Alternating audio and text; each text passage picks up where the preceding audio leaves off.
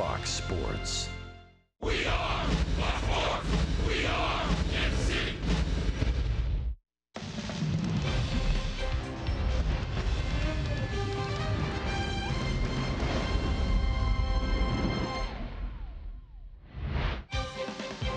Royals baseball on a sunny, windy day at Kauffman Stadium. A 7-game homestand comes to a conclusion today in a 5-game series with the Chicago White Sox.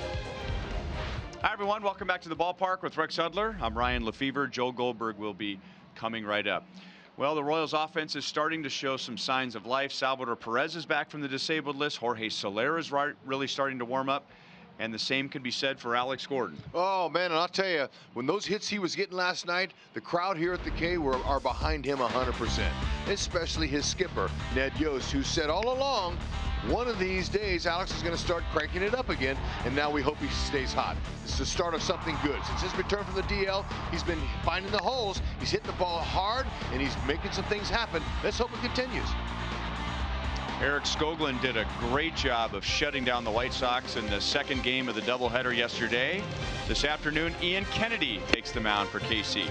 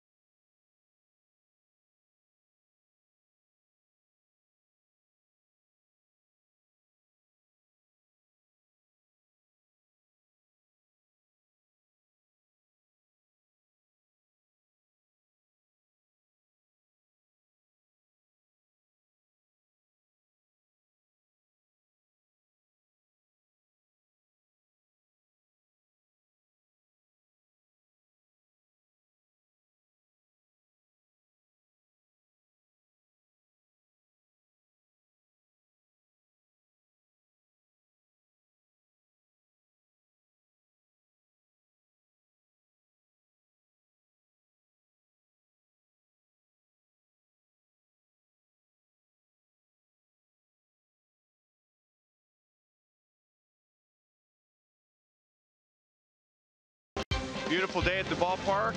A great day for family fun day Sunday. There was nothing beautiful and nothing fun about the first time that Ian Kennedy faced the Chicago White Sox. It was cold, it was windy, and similar to Eric Skoglund in the second game last night, he had some trouble in the first inning with the White Sox, and then he was really good over the next 5 innings. Yeah, and you know, I don't think anybody's too concerned about Kennedy, although his last time out where he escaped the disabled list with a line shot at 106. Whoo, man, that's a big sigh of relief. But I think it's time to start the starting pitching, passing the baton competition. Ian Kennedy has the ability to take that baton from Skogel in his great start yesterday and turn it into a back-to-back wins for the first time. Look at, he has that ability. He's been outstanding. He's been executing his pitches. He's got strikeout ability, and the fact that he fills that strike zone with strikes, beautiful thing. And the goal is to get the ball to Kelvin Herrera for the 9th inning. Joel will talk about Herrera when we come back.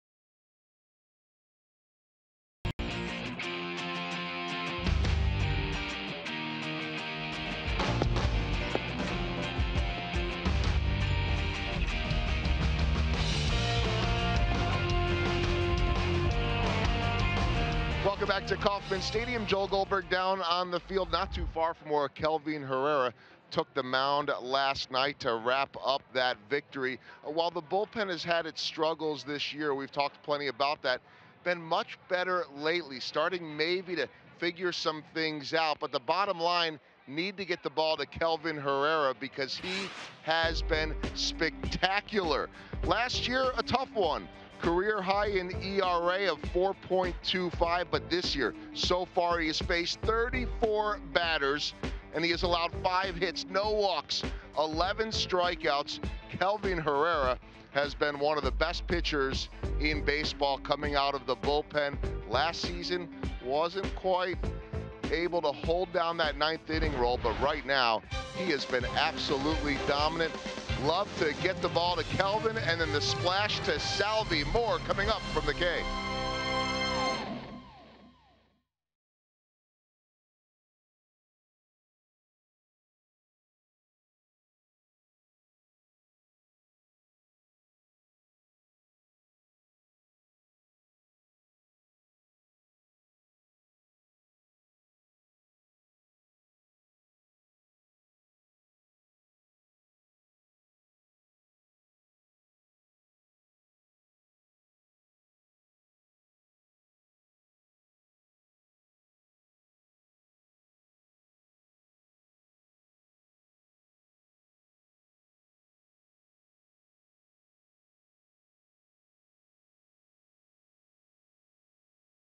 What would only make it more fun would be a Royals victory as they wrap up this homestand. Royals and White Sox, the first pitch is coming up next.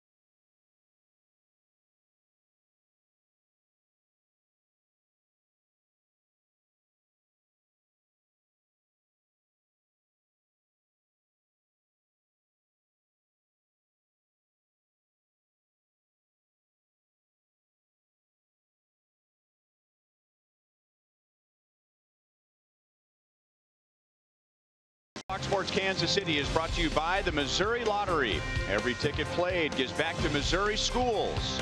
So play it forward with the Missouri Lottery. And by Chevrolet, the most awarded and fastest growing brand the last 4 years overall. Find yours at your Kansas City area Chevy dealers. A busy outfield experience at Kauffman Stadium. Family Fun Day Sunday. What would only make it more fun would be a Royals victory as they wrap up this homestand. Royals and White Sox, the first pitch is coming up next.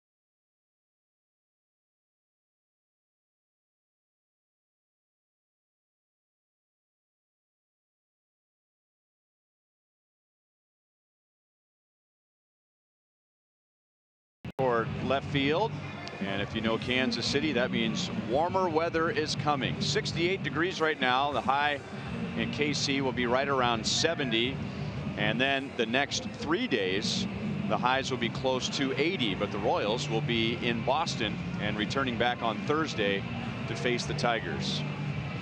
And we welcome back Rick Renteria, who was away the last 2 days. He lost his mother on Thursday. Angela was 91 years old. So Renteria turned things over to Joe McEwing, who's putting his sunglasses on. The White Sox bench coach managed the White Sox to a 2-1 record while Renteria was away.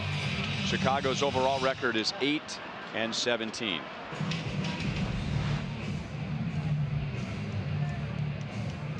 And now his lineup today, and one of the things that we noticed right away about the White Sox when they came back to Kauffman Stadium is that they lead the American League in stolen bases, but they've only had one in this series, and that's because there's really no reason to be running the way they've been swinging the bats. The White Sox are 5-1 at Kauffman Stadium this year, and they have hit 16 home runs in those 6 games, the same amount they hit against the Royals last year in 19 games. And we'll see how they fare today against Ian Kennedy, who's making his second start against Chicago this year. Nice respectable 3.46 so far in 5 starts. 22 strikeouts in 26 innings, mainly off of that fastball. That's his big key pitch. 65% of them, here it comes. Now he's got to be careful with his location, like most pitchers at this level. It'll get tattered and battered if you're around the thighs. You better keep it above the belt or right at the knees. Change up, slider are pitches that he'll bring in occasionally to complement the fastball. Defensively, for the Royals. Alex Gordon, can't wait to see him make a play out there today. You know he will, because Kennedy's a fly ball pitcher. Jay Soler in right. He's got a pretty good arm. See if he'll throw up any would-be base runners at home. Moose is loose at third base. Escobar wears the gold. Merrifield, Cuthbert at first base today. Maybe Chester could come out with a bat, get a few hits today. That'd be good for him. There's Drew. Drew's getting the opportunity behind the plate. Salvi's going to DH. Down and away to Moncada, who has been leading off for the White Sox against right-hand pitchers. Switch hitter. Better from this side of the plate. That'll be back into the crowd. It is Scout Day at the K, and so the view level seats are filled up with Boy Scouts, Cub Scouts, Girl Scouts. Fantastic. Happy to have him here. Great day. A little breezy, but not too bad. Stiff wind blowing, looks like, from the right field foul pole all the way out to the left side. Left pole. Could affect a high fly ball, but look at that scout. He's got a front row seat. Get the strikeout here. And he did it with a changeup.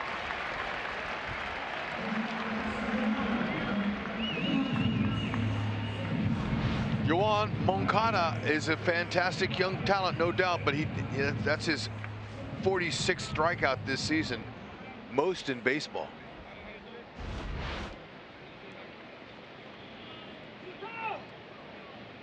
And that's Kennedy's 23rd strikeout in 26 innings.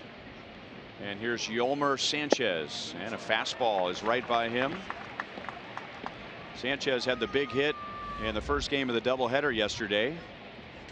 He hit a 3-run double that turned a 2-0 game into a 5-0 game.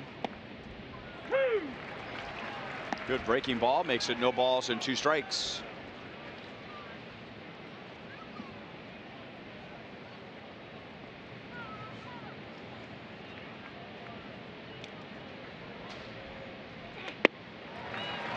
And he got a very late swing on that fastball, so Kennedy opens his day with 2 strikeouts. Ian Kennedy, tough as nails, strong, and he certainly knows how to compete. I've always been impressed by his toughness, but after taking that ball at 106 off his foot, ball bounced back to the first baseline, hit him squarely. He stayed in the game, and I knew he wouldn't miss this next start. He wants to help get another W and be back-to-back wins for the first time this year. They need it. They need him to step up today. He looks good so far. Strong, confident.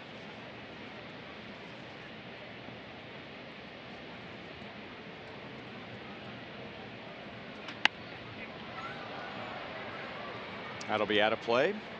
And now it's 0-2 on Abreu, and the Royals have pitched him well in this long series. This is the 5th game of the series with the doubleheader yesterday. Abreu has 2 hits. He has not driven in a run. He has not scored a run.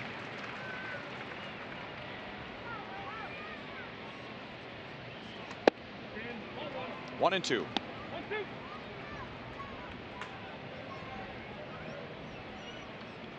Abreu likes to use the right side of the field.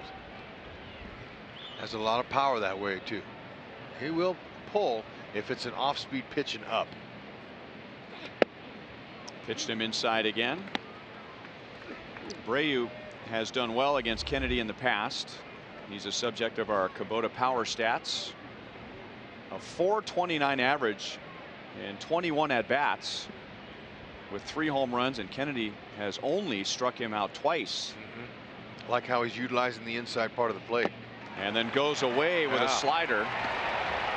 So a good sequence of pitches. Abreu takes it out on his bat and his helmet, and Kennedy begins by striking out the side. Nicely done.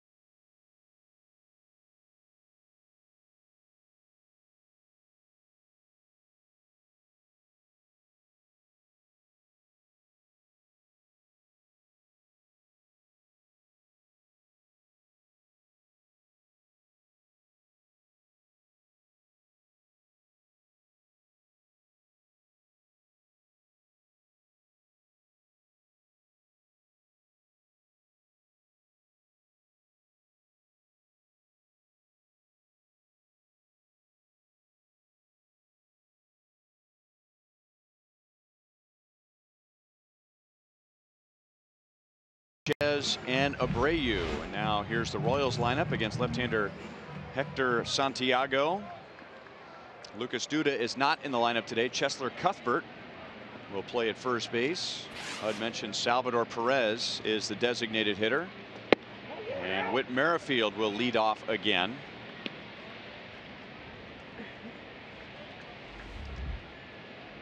It's been a tough homestand for Whit.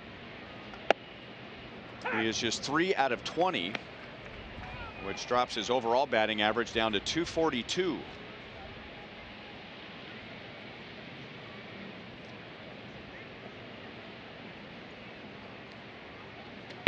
Last year, Whit had a lot of success against right-hand pitching. This year, that's been a struggle for him, but he's done well against lefties. Our Kia drive to success. 242 overall average, but 367 against lefties. He's out in front of that off-speed pitch. Still 2 balls and 2 strikes. He'll get it up. He'll pick it up against righties. A little bit too much uppercut recently, but he's going to get it right. He gets those base hits to right field and starts keeping him inside the ball. It's going to change. He's too good. Another pop-up. And almost a collision. Moncada was going out. Palka was coming in. 1 down. Santiago, that ERA is not too bad. 7 games, 3.38. That's working. 15 strikeouts in 16 innings is also a nice number for him. To see his pitch breakdown, a lot of fastballs. He'll average 91. He might top out at 93 or so, but that's the pitch you really want to hit.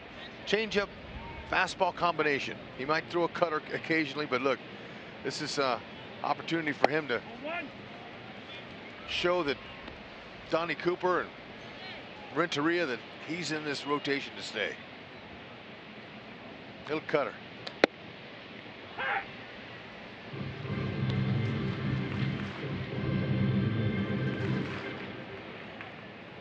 One and one on Mike Moustakas.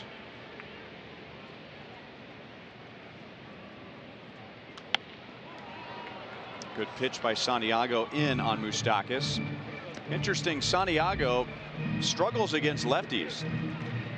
And it's almost a given that if there's a left-hander on the mound that he will wear out left-hand batters. Not Santiago. If you go back to the beginning of last year, he has the highest opponent's batting average against left-hand batters, and it's not even close.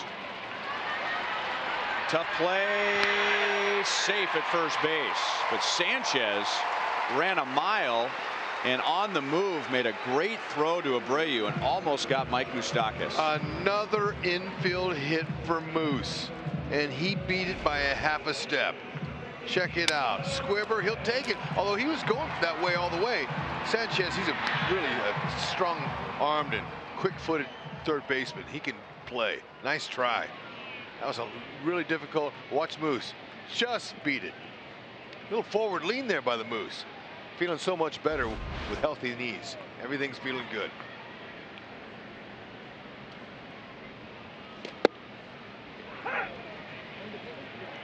Inside corner and a strike on Salvador Perez. Check out that. The Moose is loose. 7th infield hit. He'll take it. Good start for him. See if Salvi can give Kennedy a lead.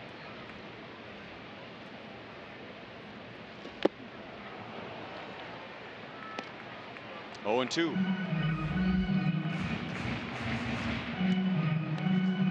He is 6 for 25 since coming back from the disabled list on this homestand. Hitting that home run in his 2nd at bat. Left-handed pitchers, starters especially, are used to facing right-handed dominant lineups. And so that changeup right there is the effective pitch. That's why he's so good with the fastball change. He's facing all righties. And the reason why lefties are hitting him is because he's not used to seeing a whole lot of them, and he's leaving some pitches up. White Sox defense, Delmonico in left. Leury Garcia played a fine center field. We saw him. That's Palka's in right. Sanchez, Anderson, Moncada, and Abreu and Narvaez is doing the back catching.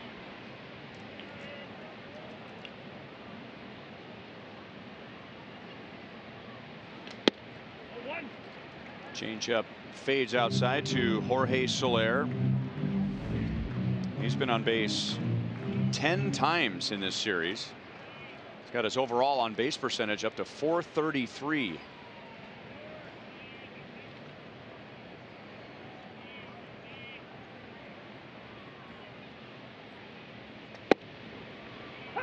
One ball, one strike. That borderline pitch goes Santiago's way.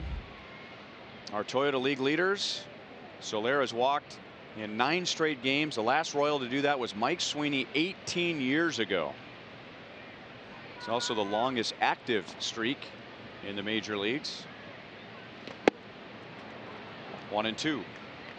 Okay, now, if you've seen, after you see Santiago once, maybe twice, and you see if you're a right-handed batter, he's throwing a lot of changeups. Sometimes you'll make an adjustment by moving up on the plate. Get up on the plate and look for that changeup on the outer half and look to turn and burn on it. As you move up 2 inches on the plate, that puts that ball in your barrel. 2-2. That's a heater there. Just depends, but he has a pretty decent fastball. You would maybe make that adjustment on a soft tossing lefty that maybe threw 88, maybe 80, 89, not real fast, but because you still could catch the heater.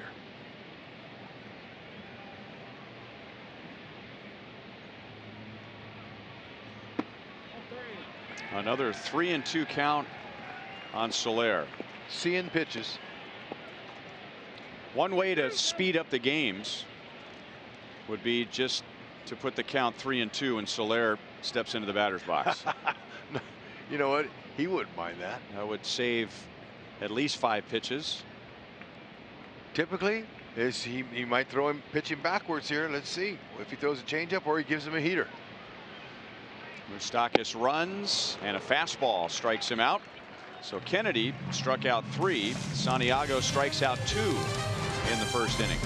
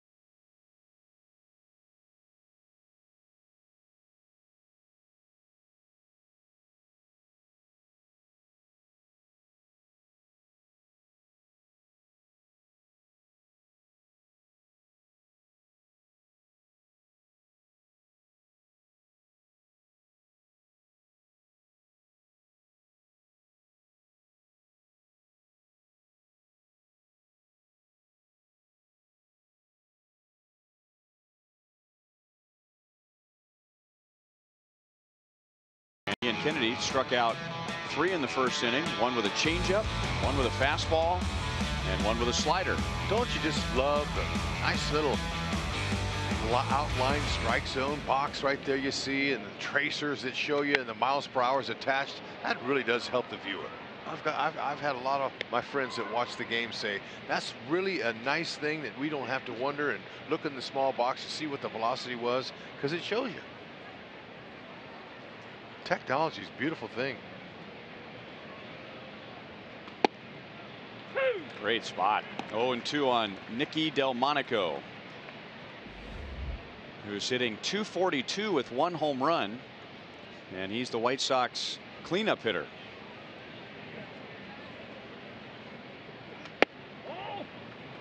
1 ball, 2 strikes.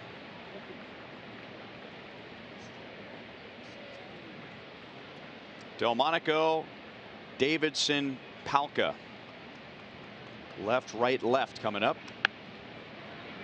Off of his knuckles. That's right.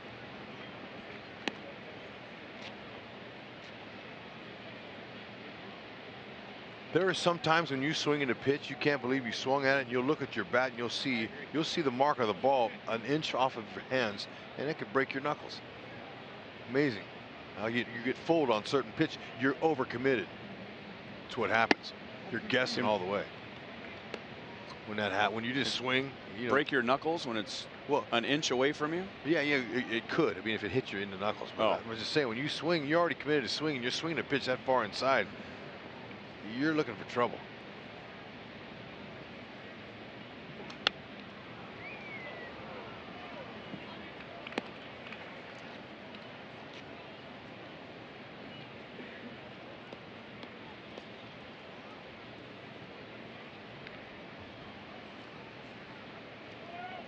White Sox have been without Avisail Garcia, who's out with a hamstring injury. Their regular right fielder who had a career year last year. The wind will push this ball, but not far enough, and John Jay runs it down on the warning track. That's where you want to hit it today. You want to hit it high and toward left field and left center with that wind, that warm wind blowing out of the south.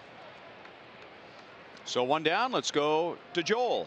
Ryan, thanks. Ian Kennedy took that line drive off of his foot from the 106-mile-an-hour exit velocity swing of Ryan Braun on Tuesday night.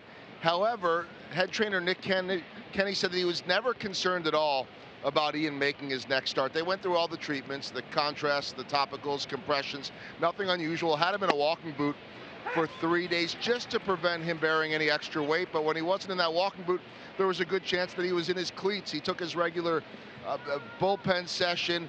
The only concern, and I think you guys touched on this earlier in the week, was that he altered his mechanics. And maybe, the next batter he gives up that home run, and maybe you're thinking, hey, let's just be careful here. But there was never any concern whatsoever from Ian or the medical staff, and so far you could see why. Good start. He set down the first 4. Now he's 0-2 on Davidson.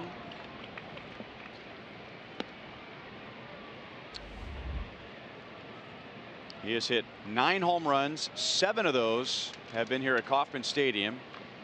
And as we've been telling you all series, that is already a record for a visiting player in this ballpark.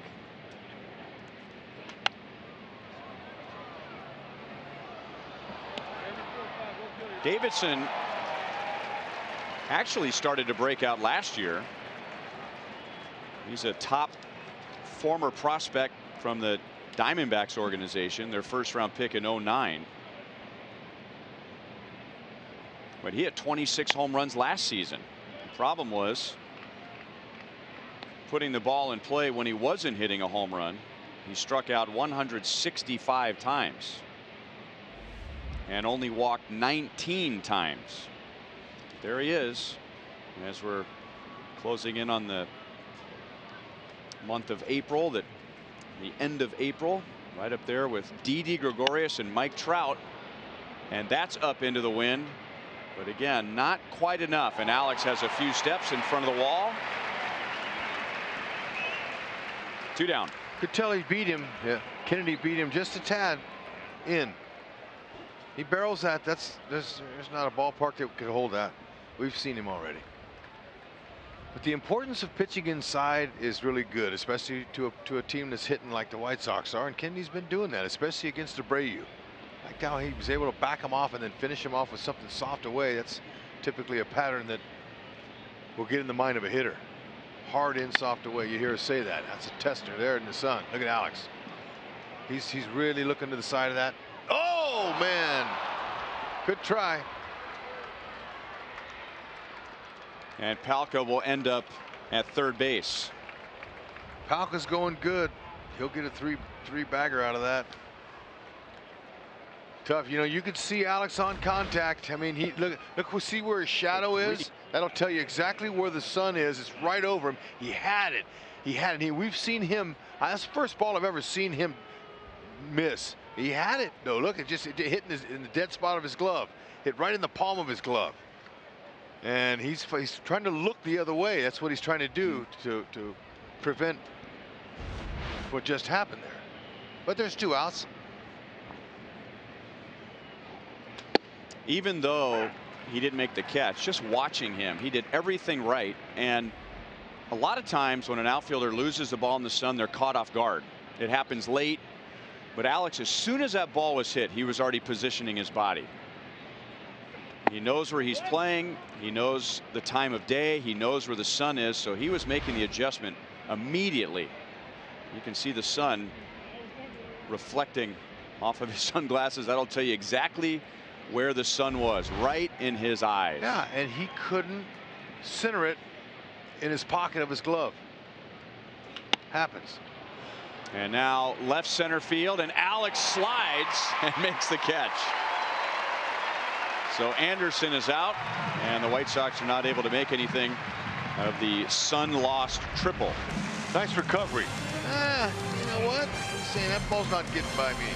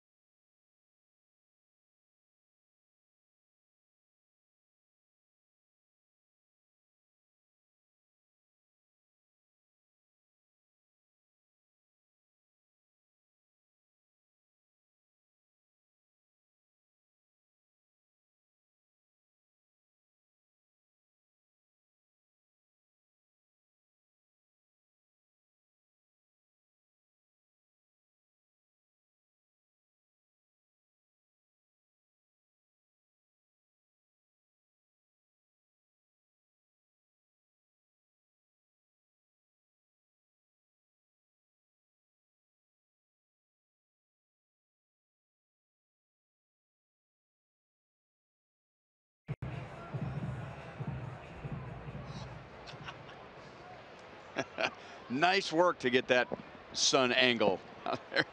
I didn't even know the camera could tilt like that. But we were just showing you right before Alex made that sliding play in left field. That's what Alex was looking up into on that fly ball from David Palka. Good job out there, Mike. He's got skills. Yep. No doubt. Okay, now he's looking the other way so he can look out of the sun, obviously, and that's how you do it in the day when they didn't have sunglasses. That's how they did it. All those fielders back in the day.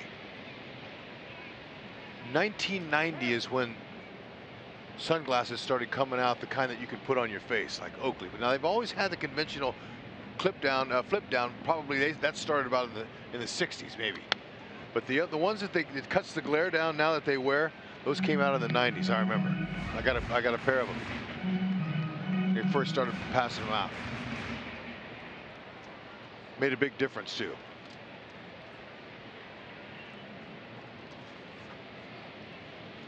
Oh, 2 on Chesler Cuthbert, who's been scuffling lately.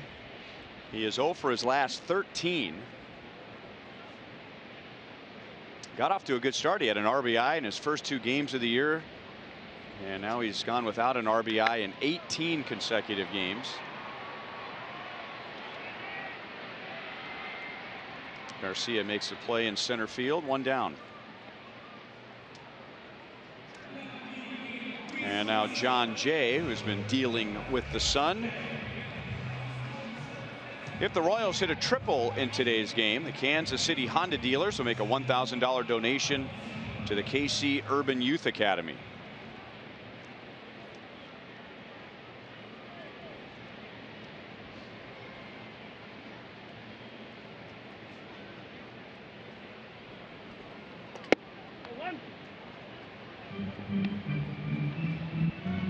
Talking to Monty last night, and we were discussing Dylan Covey, the White Sox right-handed starter, and he's had an awful time with right-hand batters. So righty against righty. And I asked Monty, without even seeing him, what does that tell you? If a righty's having trouble with righty or a lefty's having trouble with lefties? And Monty said he probably doesn't have a very good breaking ball. And we showed you last inning that Santiago has had an awful time with left-hand batters. And so far, we've been basically seeing fastball changeup. We haven't really seen an effective breaking ball from him. Yeah, and the fact that he might be seeing one, maybe two lefties a game. So he doesn't have a chance to use them a lot.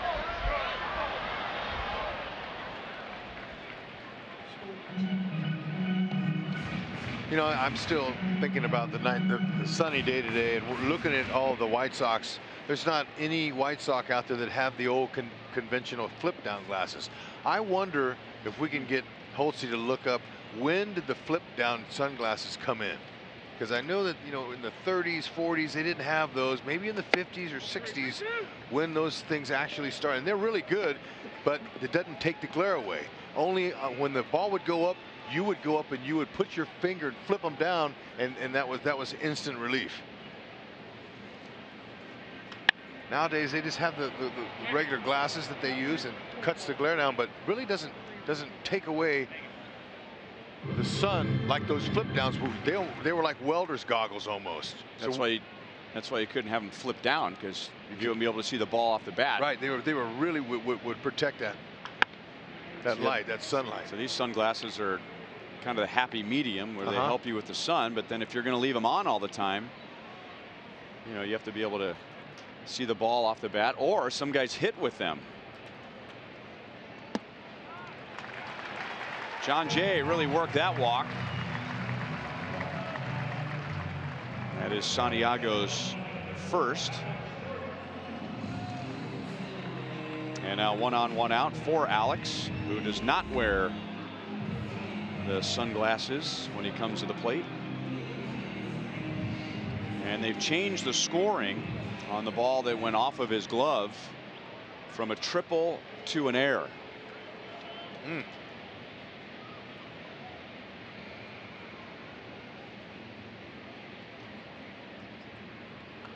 Now, that's consistent with what happened last night when Salvador Perez hit a line drive to left field, and Larry Garcia was right there to make the catch, and at the last moment he turned his head away. He lost the ball either in the lights or the ribbon board, and that was ruled an error.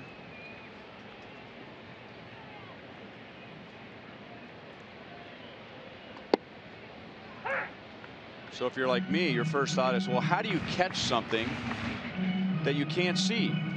And we had a chance to visit with David Boyce, official scorer here at Kauffman Stadium, and he said that he's always subscribed to the rule that you can't catch what you don't see. Alex hits it into shallow left field, and Delmonico comes up and makes a play, 2 down. But David was reminding us that there was a game last year when the Royals, by way of a walk-off, and now he just sees himself on the monitor. We're not picking on you, David. We're not picking on you. Go ahead and wave. But Dave was reminding us that there was a game last year that the Royals won that Shin Soo Choo lost in the sun. He ruled it a base hit. I remember that. But then it was turned into the league, and it was Joe Torre, former big leaguer, MVP, Hall of Fame manager. That's right. He overruled David Boyce and called it an error. And so I guess the feeling is that if you never see the ball and it drops and hits the grass, well, there's nothing you can do about it. But if it hits your glove, then I guess the league feels like that should be an error.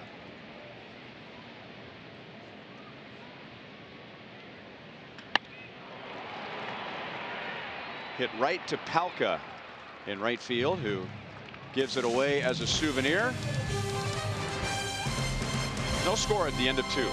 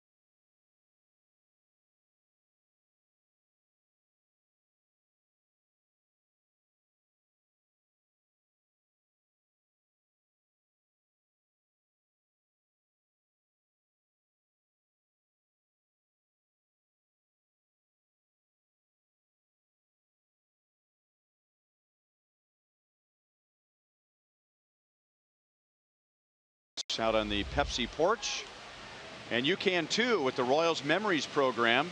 Download the MLB Ballpark app now to choose from several options that give you exclusive behind-the-scenes experiences.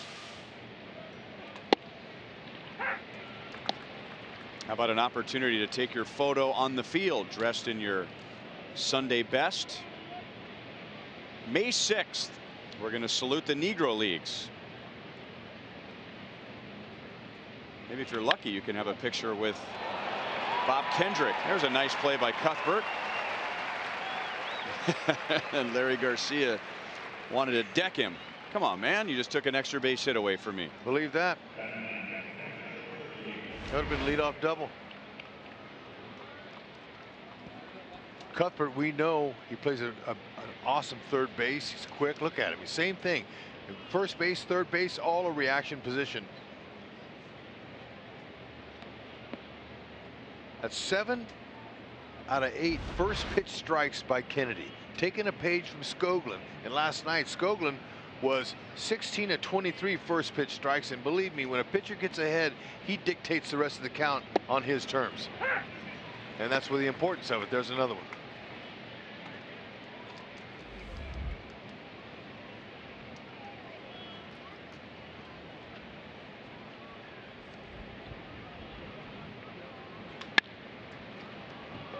Another tester for Alex. This one is not as high, so it wasn't quite in the sun, but you could see at the last moment the sun was glistening off of his shade, so it wasn't in the sun right away, but at the last moment Alex had to be careful.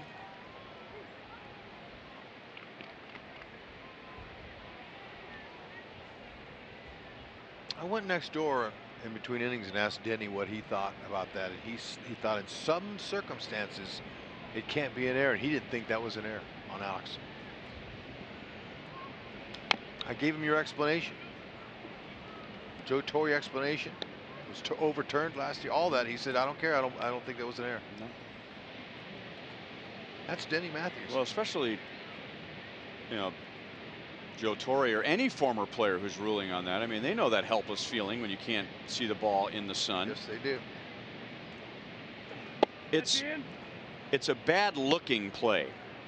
I mean, here you are, you have the best players in the world helpless, and it just looks like a play that a major leaguer should make. It's a very ungraceful play when you lose it in the sun. So I can imagine that your first glance is, well, that didn't look like a big leaguer out there, but man, you got a baseball, you know, 100, 200 feet in the air bearing down on you and you can't see it. I mean, it is a helpless feeling. You take one on the nose. Yeah, and you know, it depends on what park you're into. If you're in the visiting park and you hear the crowd, and if it's a high sky ball and then you got your glove there, then you lose it for a second in the sun. Typically it comes out at the last minute, but the whole test is, can you keep your head there until it comes out? Because it's blinding when you're looking at it, and you hear the crowd getting louder and louder because they know you're going to drop it. So all the elements come into play.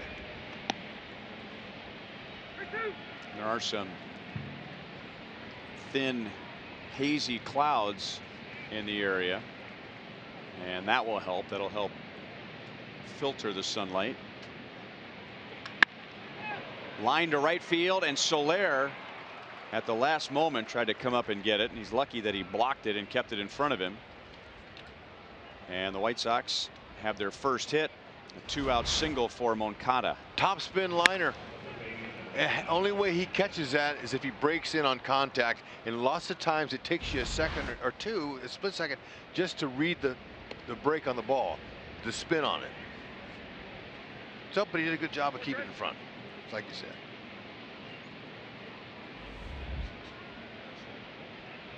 Kennedy struck out Sanchez with a fastball in the first inning.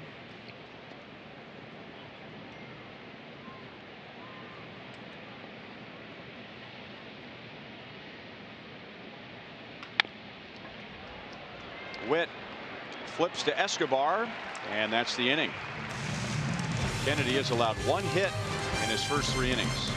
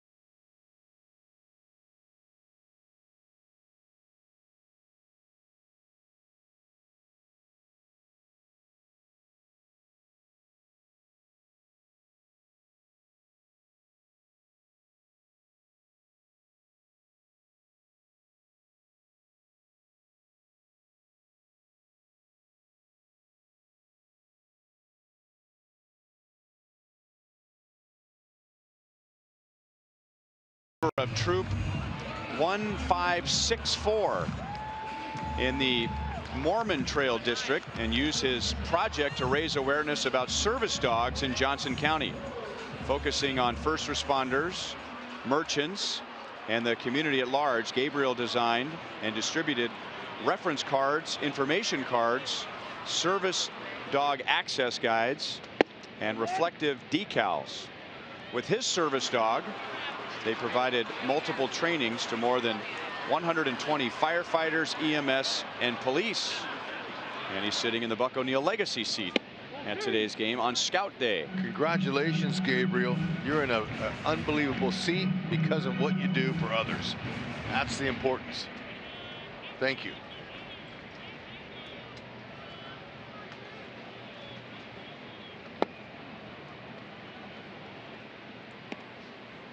Two and one on Drew Butera.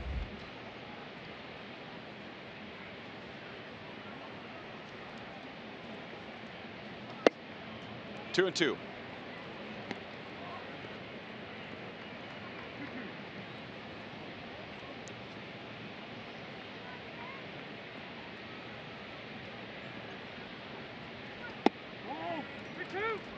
Little bit low. Okay.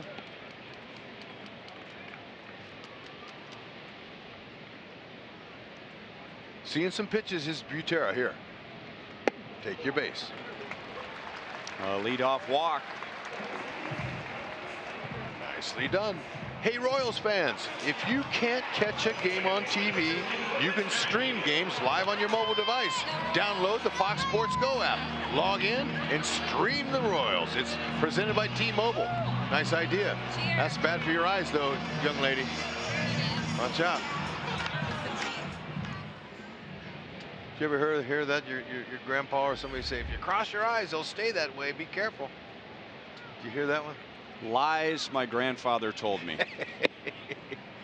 Well.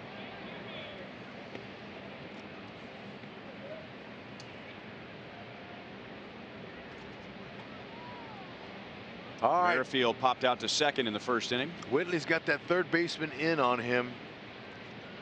Thinking maybe Whit will bump and see that's a good place to shoot a double right by him. I'm staying. Or a line drive to center field. Okay.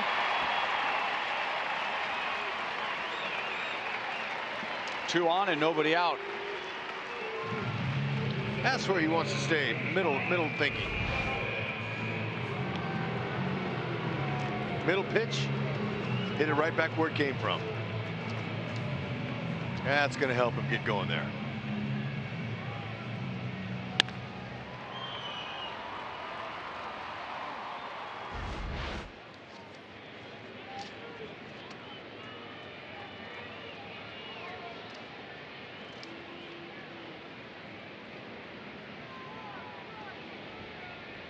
Mike Moustakas picked up his 7th infield hit in the first inning.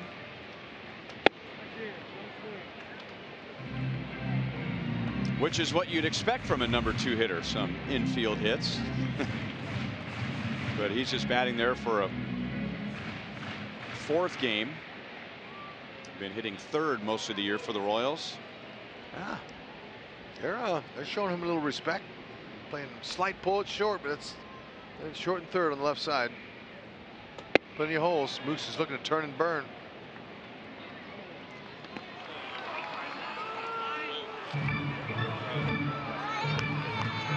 Let the Moose loose. Let's go.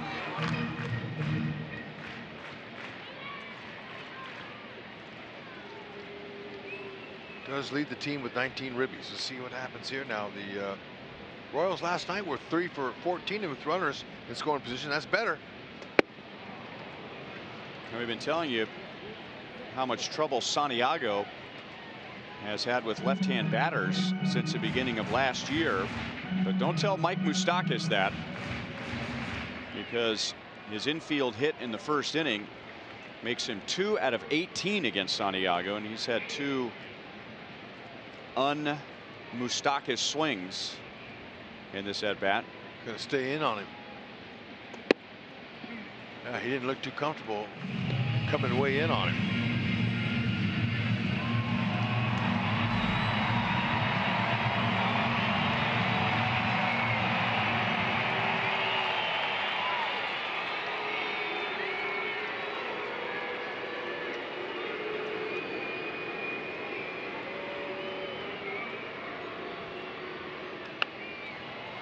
Still 2-2. Moose 2-strike approach is good. He's going to hit it where it's pitched. Unless it's a mistake, he can get the barrel on it. He could turn, but he's going to try to just find a hole. And if you try to pull an off-speed pitch, you're going to hit a little ground ball. You don't want to ground into a double play.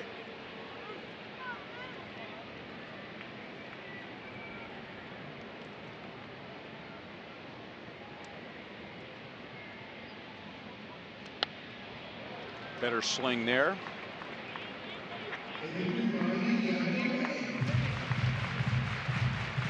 Santiago is staying firm too. He's not throwing any soft stuff to Moose, because Moose has shown he can handle that stuff this year. He's looking really good.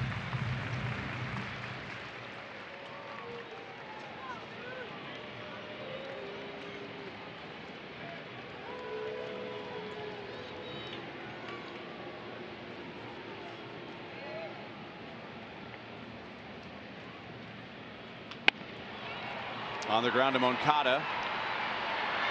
And the White Sox get a double play out of it. Butera goes to third.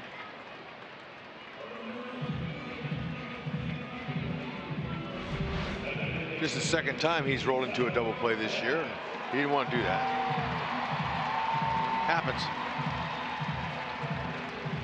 Shuffle those feet, give the shortstop a better feed. Anderson looked like he came off the base a little quick. Remember, with replay now, they'll catch you on that. Shortstop, second baseman used to really cheat on a little tag play like that. They could pull their foot and no one ever said a word.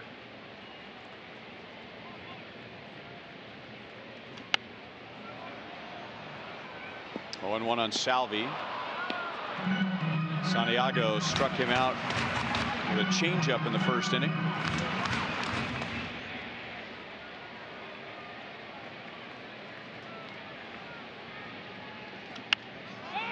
Fastball up, and that is back into the crowd.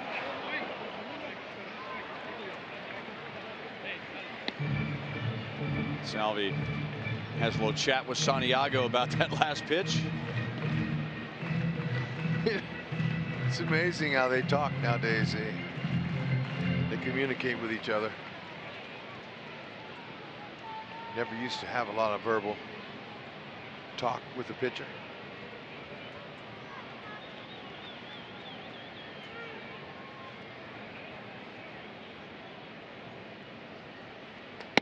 Up and away.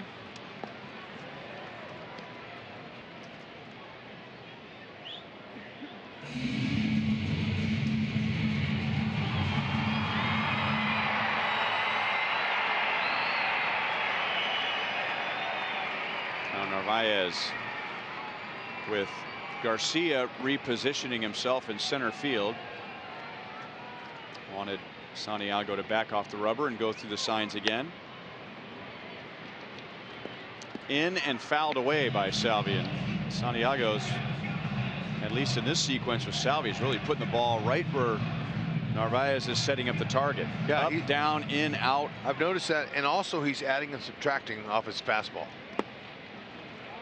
which is in turn just a couple of different pitches, because just lack of velocity.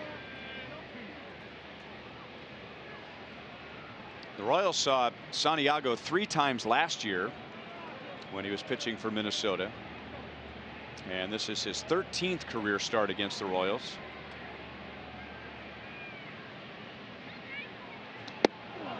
Fastball got him. So the Royals had 2 on and nobody out, but Santiago gets a double play and a strikeout to get out of it.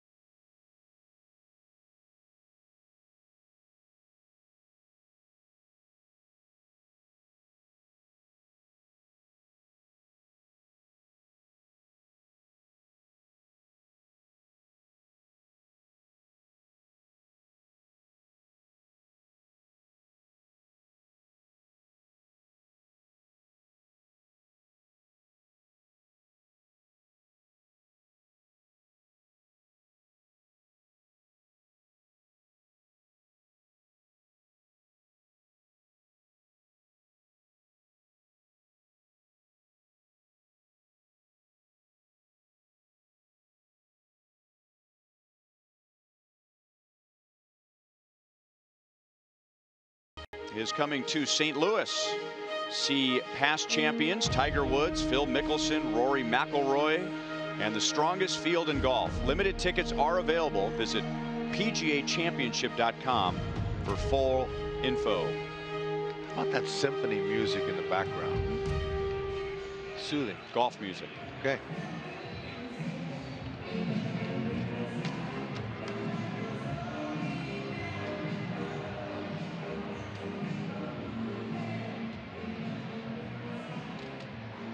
Ain't nobody gonna break my stride is probably not something you're gonna hear at the PGA Championship when Tiger Woods is putting on the 18th green. No, neither Bad to the Bone by George Thorogood either. You wouldn't hear that one. Now I've heard that song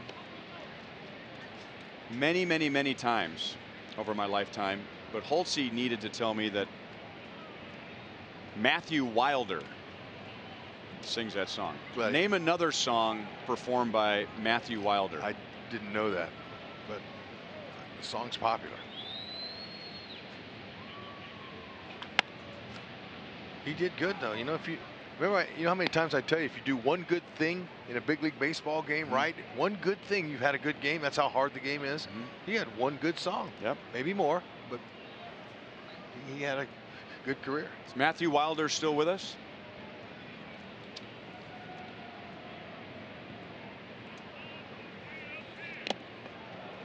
Foul tip. 1-2 on Abreu. Matthew Wilder is 65 years old. Right. And probably living on some tropical island from the royalties of that one song. Oh, there you go.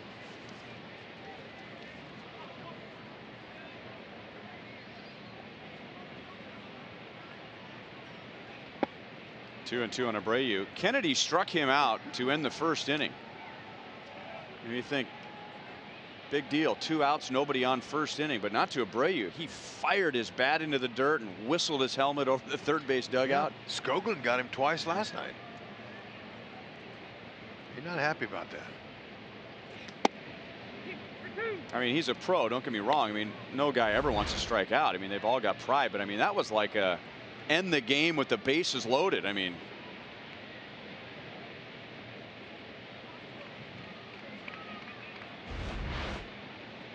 yeah, you don't see that from Abreu very often. I don't think I've ever seen that. Ooh. He comes back from 1-2 and takes a leadoff walk here in the 4th inning. Yeah, now that was bringing back some bench jockeying memories. To see that, whenever we would see that, I would go, wah! I'd yell real loud. That usually would get a guy's attention that's angry. Bench jockeying now, mimicking a baby crying. Well, yeah, like a wah, you know, like, yeah. So I wasn't sure if that was a baby crying or if it was the character from the Aflac commercial. Oh, okay, yeah, that sounded could have some duck tones in there, but no, it's a wah. And it would get their attention sometimes. They'd snap over and look over. Another thing, when a hitter would make it out at first base, out, to just let them know it was an out. Again, after the umpire calls you out, that kind of gets irritated to the player. Little things like that. Was that one of your roles? I did a lot of that, yes. When I say I rode the Pine for 9 most of my career, that's what I was doing. I was doing bench jockeying in the dugout lots of times. I remember Gooby in Anaheim. Gooby gave up he's backing up third over by our dugout. Mark Gubaza. He'd just given up an extra base hit. And I yelled at him, "Get back up on that launching pad, Gooby." And he put his hand in his pocket and gave me a signal in his pocket. And the whole dugout just lost it. Just cracked up. It was beautiful. That's bench jockeying. That's keeping guys loose.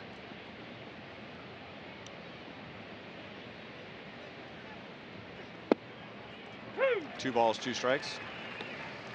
Just hard for me to imagine you, Hud, ever annoying anybody ever. Besides you every day. Aren't you happy? We're going to Boston and I get to annoy Fizz for 3 days. And you get a little break. You get to be with the great Denny, Hall of Fame Denny Matthews. Your words, not mine. Okay. I didn't say that. I know, but I did. 3-2 on Delmonico.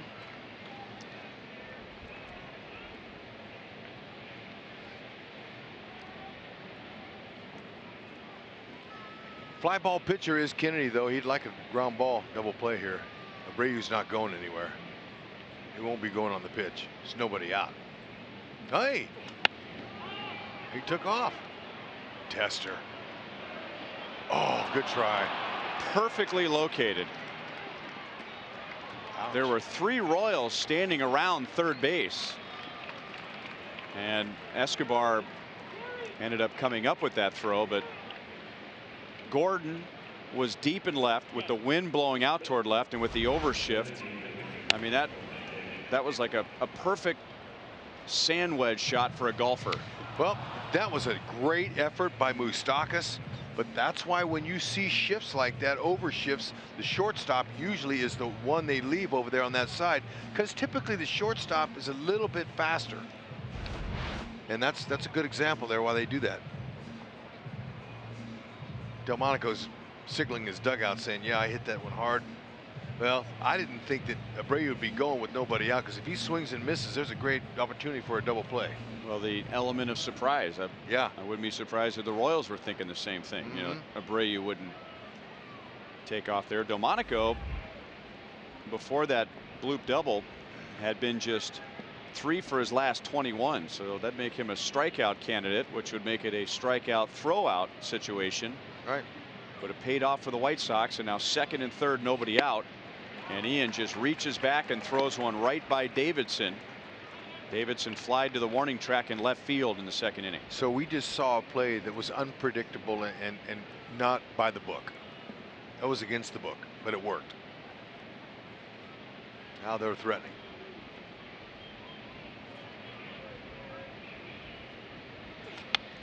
Another fastball. 0-2.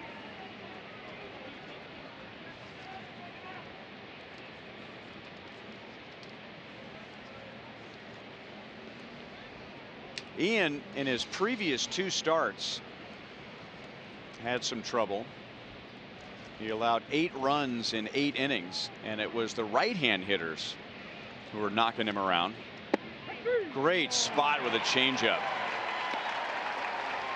That is a big-time pitch to a white-hot hitter when Kennedy really needed a strikeout. Oh, well, I'll tell you, that's our Mo Lottery replay right at the bottom of the zone inside, and Davidson, you got to go. Perfectly executed. Look at Drew holding it there like a champ, just freezing that ball right there, framing it up. So second and third, 1 out for Palka. Palka hit what was first ruled a triple, and Alex Gordon was fighting the sun to try and make that play. It ended up hitting his glove, and Palka went all the way to third, and then the scoring was changed to an error, which Hud and I discussed in great detail. I think you and I are on the same page that if you can't see it, you shouldn't be expected to catch it. I'm just a little bit perturbed by that. Alex, he's got platinum gold glover. He plays the sun better than anybody, and you can't give him an error on that. I'm sorry. Kennedy's going to have to really work through this one here. I think he knows first base is open and the right-hander's on deck, but he'll be tough to double up, and Kennedy's not a ground ball pitcher. I think he's just trying to be careful against Palka.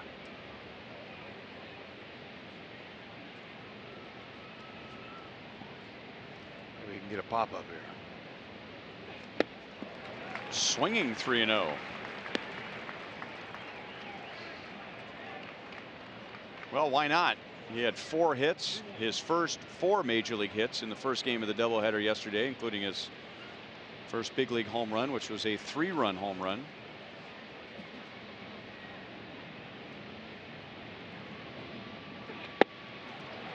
Great spot.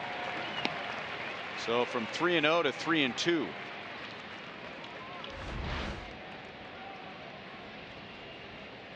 Okay, let's see if he can pull out that pitch he struck Davidson out on, that little changeup away. 3-2 here. That might mess up Palka.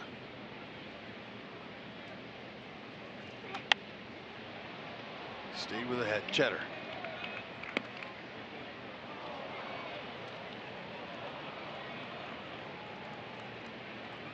And he was late on that fastball. That might suggest to Drew and Kennedy that he was looking off speed. So do they stay with the fastball? Be careful if you do. He's doing a nice job. I'm going to go away with him, and yeah, he did. He put it off the plate. Good pitch though. Yeah, Drew liked it. That was off far enough. See, right before the pitch was thrown, Drew put his glove on the dirt by Palco's back leg, trying to lead him to believe that Drew was going to be setting up inside on him, moving toward him, and then end up setting up away. See how far he's off the plate? He's looking in there. Very high to right field, into the corner, and Soler missed it. 2 runs will score. Palco was not hustling, and he gets to second base. He drives in 2. He should be at third base with 1 out, and that is ruled a double. I don't know if Soler thought he was closer to the wall than he actually was. Well, you know, the wind is a galing wind. I mean, it's blowing hard, so that had something to do with it. Now he's drifting a little bit here. He's kind of drifting instead of getting over to the wall like that. You want to get to the wall, find the wall, and even if you got to look down and look back up again, because he's not looking into the sun. That was not affected by the sun there. The wind, I think, affected it more. Palca, he thought he was out, so he was just coasting up the line, and in doing so, he missed first base. Well, he alone has given 2 examples to the scouts here today who like to play baseball. In the second inning, he had a fly ball to Alex, and he ran hard the whole way and ended up at third base when Alex lost it in the sun. And then this time, he was not running hard, and it cost his team 90 feet.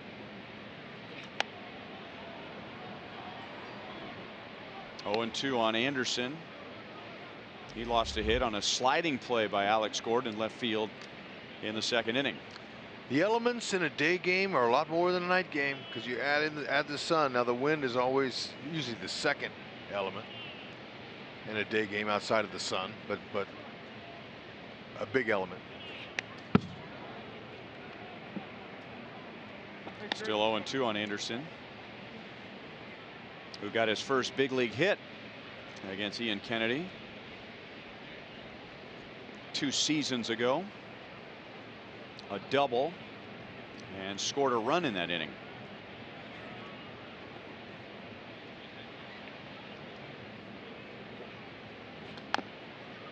Off of his foot.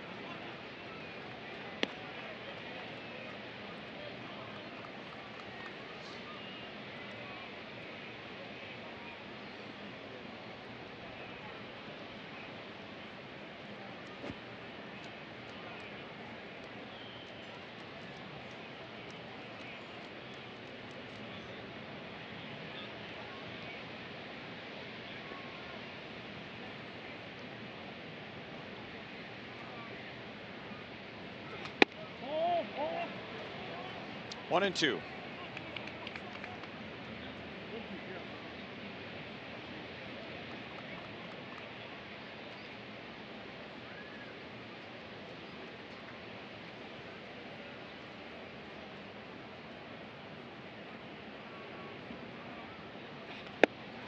Struck him out. Slider away. Ian has struck out 5.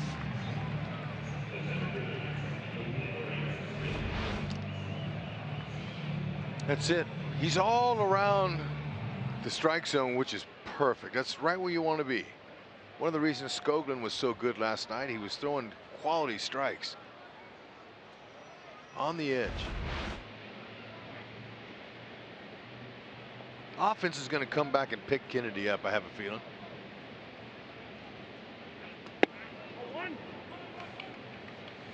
Upstairs to Garcia.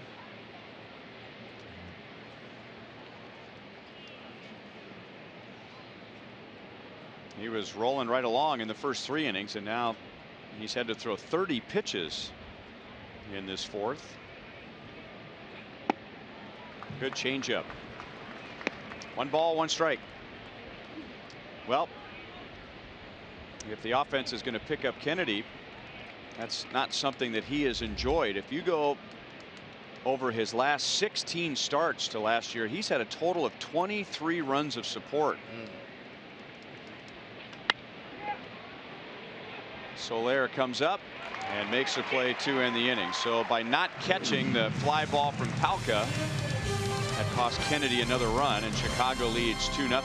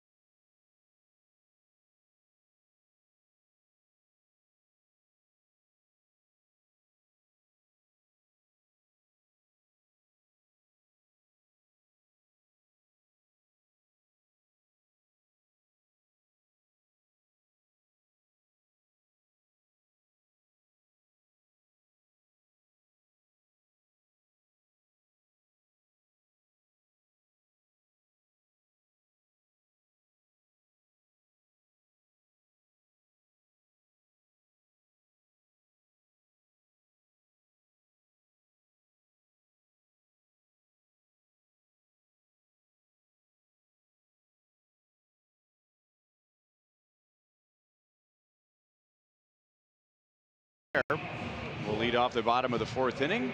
And here's our sprint trivia question. Name the 5 Royals to record a 100 walk season. Oh, okay. So what happened to the name 3 of the 5? Why do we got to name 5 of them?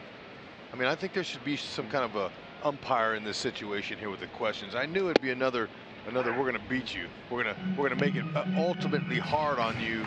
What's wrong with 3 of the 5? We used to do that in the past when there was no tallies. Wah. Hud, if I was in the other team's dugout, I'd be saying wah. Okay, and I would laugh and say, okay, we'll get you. Walks. And I'm on your team. All right, I'm telling my own teammate. George Brett, it's got to be one.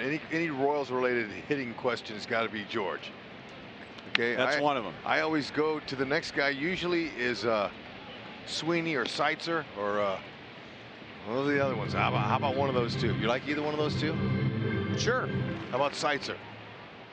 Hey. Correct. Okay.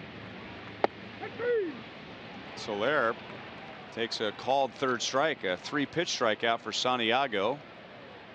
His 4th.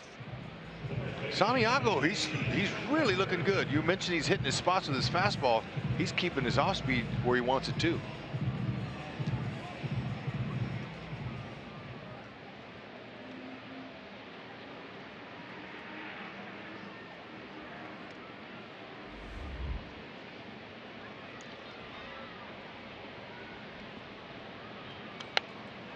Walks. Fouled away by Cuthbert. Who else had good eye for the Royals and who was known as a plate appearance, a walker? You know,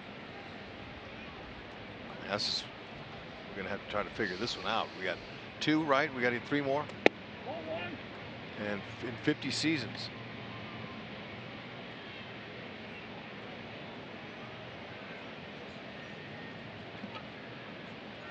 How about we get more than 3 strikes?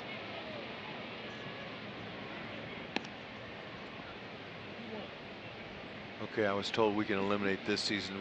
We have 49 to guess from. Yeah, I don't think anyone's walked 100 times yet. No.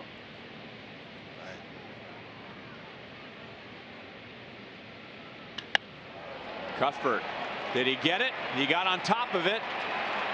He got on top of it. He did.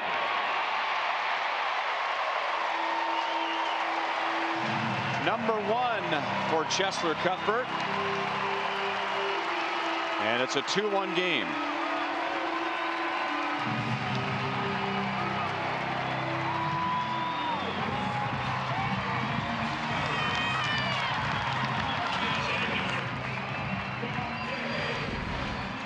This looked to me like a Tommy Hawk. Yeah, his ball's above the belt. He kind of got that top hand just to snap through on contact and got it up high enough to where I think the wind helped that a little, and it doesn't matter. I think it's good. John Jay. Wow. Santiago will get credit for catching that ball, but I think the ball caught Santiago. I mean, I think if Santiago's eyes were closed, that ball would have gone into the glove. Great play by the glove. I mean, maybe at the last moment he reacted, but if that ball was anywhere else, yeah, it either hits Santiago or goes right by him. And you know, if Jay was upset about the catch there, he would have been even more upset if Santiago missed. Anderson, the shortstop, was playing him right there, so he would not have gotten a hit. What about this guy right here? And we're talking about not him, not John Jay, but this guy right here, and we're talking about 100 walks. I don't know. You were here when he had his good years. I don't know. That's a lot of walks. So were you? Well, I wasn't here for his breakout year though. That would have been the year. I think I recall. Throw it out there if you think. I recall Johnny Damon having a 100 walk season.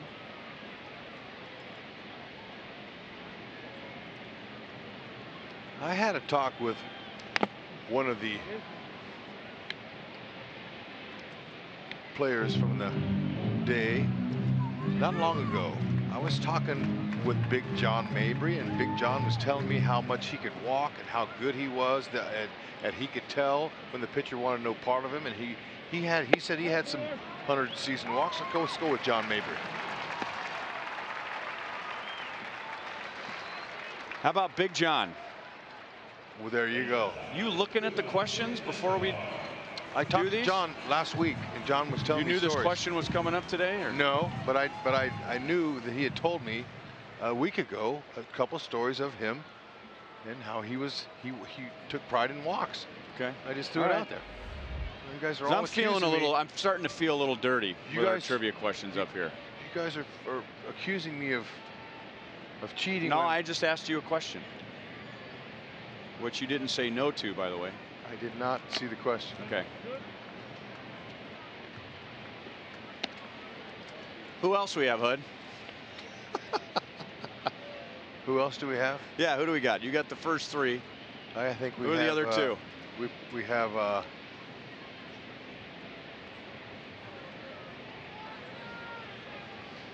You going to be teaching a course on trivia questions this offseason? Jim Eisenreich is one of them. Oh, look at that. That hit the bag. And now it rolls behind Delmonico. Too late for Alex to score. Look at Church. Church, he put the brakes on. Alex was coming hard around the bag. He wanted to score. Ball right down the middle. Eske kept it straight. Matter of fact, hits the top of the base, slowed it down some. And watch Alex. He's thinking he's going to score. Oh, got to put the brakes on and get back.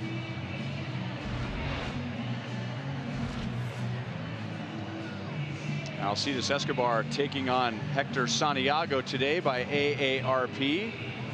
And now he is at 367 against a lefty.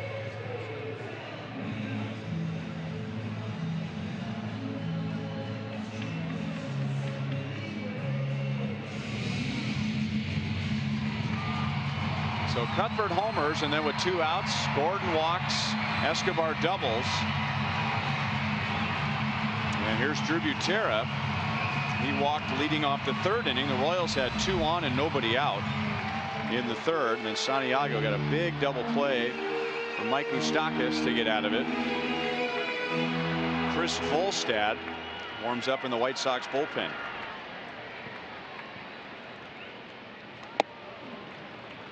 Fastball is cut on and missed. No balls, 1 strike.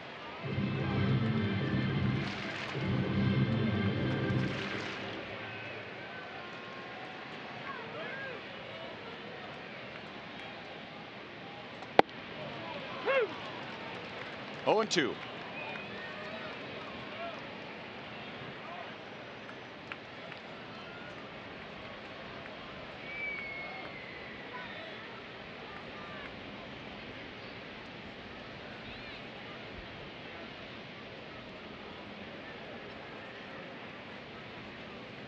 What an opportunity to pick up his pitcher Butera has in front of him here. Oh. Santiago strikes him out, so the Royals get 1. They leave 2 in scoring position, and Santiago has stranded 5.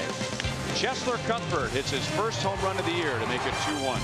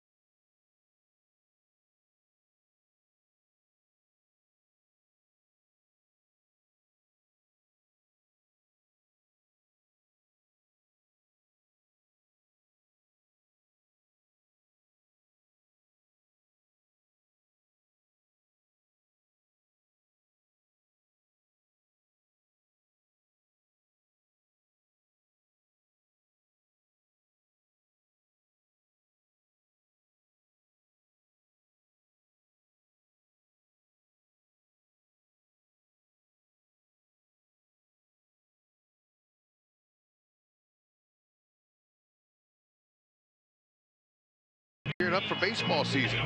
Memberships include a blue crew jersey, flat bill snapback cap, drawback string, 2 compression sleeves, 2 home game ticket vouchers, and much more. Membership is just $30. Sign up now at royals.com/Blue Crew. That is the most decorated Cub Scout I think I've ever seen. Good for him.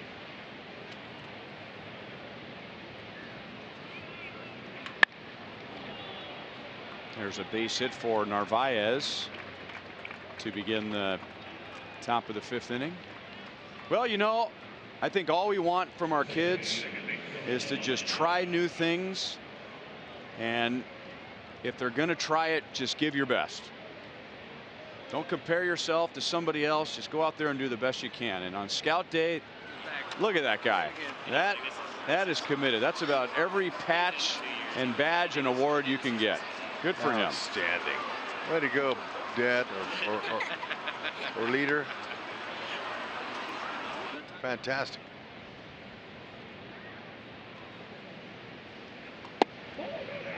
Now, usually this isn't my call, HUD, but I'm going to suggest that this guy is our Pepsi fan of the game. John Bosco. Oh, good call, partner. That's outstanding right there. Now I think I'd go hiking anywhere in Kansas City with that young guy, because if we're going to get lost in the woods, he's going to get us home. Adventure patch right here. Yeah, he's just giving us all of his accolades. Congratulations, young man. Fantastic. All right. Let's see, our buddy John Pope is down there with the camera. Hey, Pope. Ask him what Royals have had 100 walk seasons. And we'll get him a Royals trivia patch.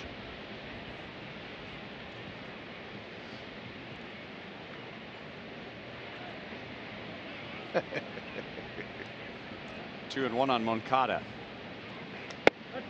3-1.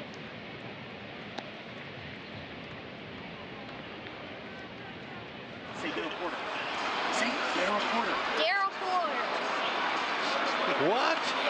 Well, of course, he's got Daryl Porter glasses on. If anyone in the stadium would know Daryl Porter, it would be that young guy. Is that correct? It is. Oh, nice help. Look at that guy. Nice He's work. unbelievable, that guy. Give me a high five. Yeah, don't leave him hanging. Job. Thank you for helping.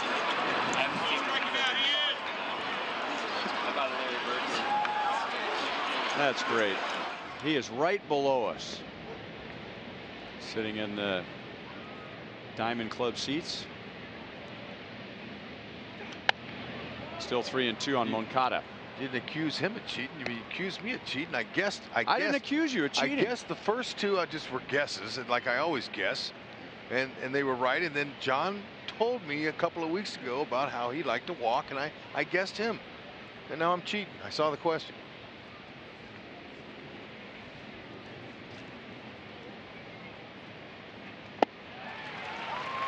Kennedy strikes out Moncada for a second time. Ian has 6.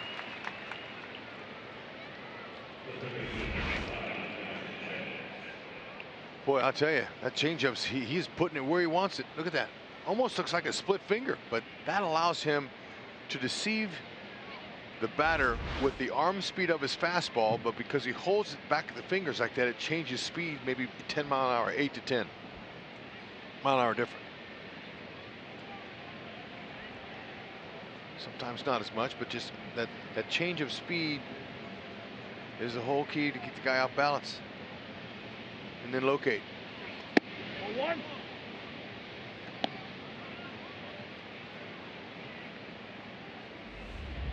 Sanchez is 0 for 2. So we have 4 out of the 5 then. With some assist. That was awesome. Well, how you would pick him out, I wouldn't have gotten him, would you?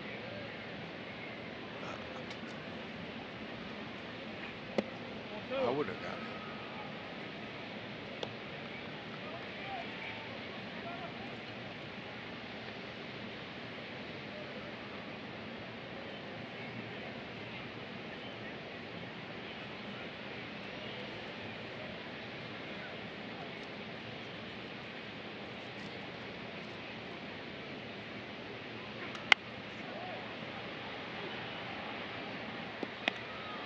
Two and one on Sanchez. He has 1 home run, but he had 13 last year, 12 of which came on this side of the plate.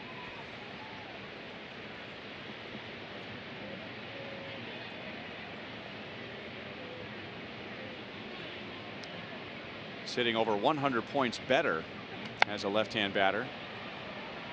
2 balls, 2 strikes.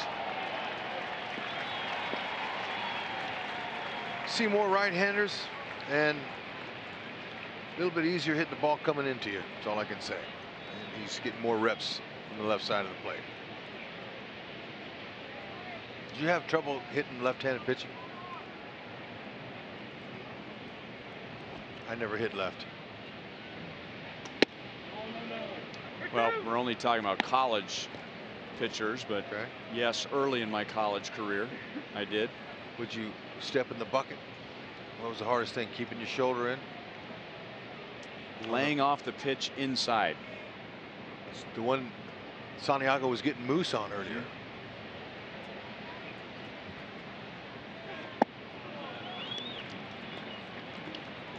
So Sanchez walks. That is Kennedy's second, and there are 2 on with 1 out. And Abreu coming up. Today is a Family Fun Day Sunday presented by Academy Sports and Outdoors. Why don't you come out to the next Family Fun Day Sunday? Tigers will be in town. The kids will enjoy face painters, games in the outfield experience, And then pregame player autographs with signature Sundays. After the game, kids 14 and under can run the bases in the Kansas City Zoo Fun Run. So get your tickets at Royals.com/Sunday.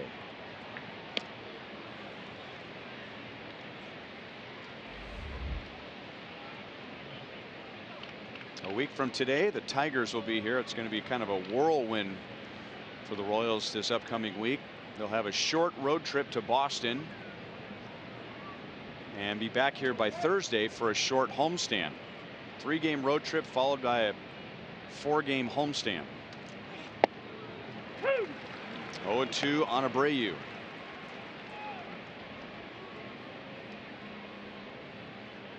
Kennedy struck him out in the first inning, and then Ian was ahead of him 1-2 in the fourth, and Abreu came back and led off the inning with a walk. And then he, along with Delmonico, scored on the double by Palka.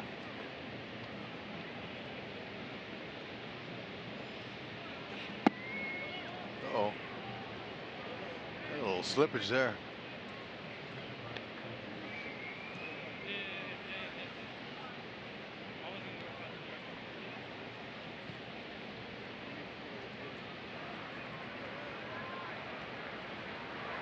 And now they go to work in the Royals bullpen. Brian Flynn, as Kennedy has had a spike in pitches over the last 2 innings, and this will be number 90.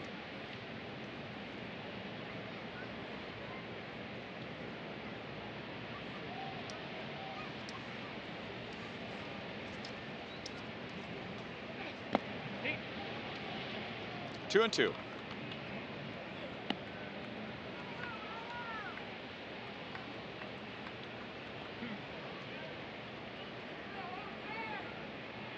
He threw 32 pitches when the White Sox scored 2 in the fourth, and now he's coming up on 20 pitches in this inning, and he's only facing his 4th hitter.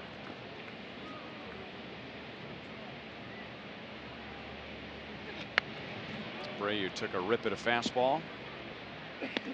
2 balls, 2 strikes. We were talking an inning ago about how Kennedy in his previous 2 starts gave up 8 runs in 8 innings.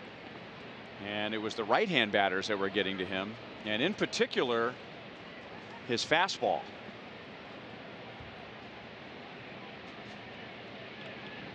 Have to be careful with the location. Abreu's looking to pull him here. Worked. Tied him up. Infield fly rule, and Witt makes a play for the 2nd out. Nice job at getting their best hitter out. Jammed him.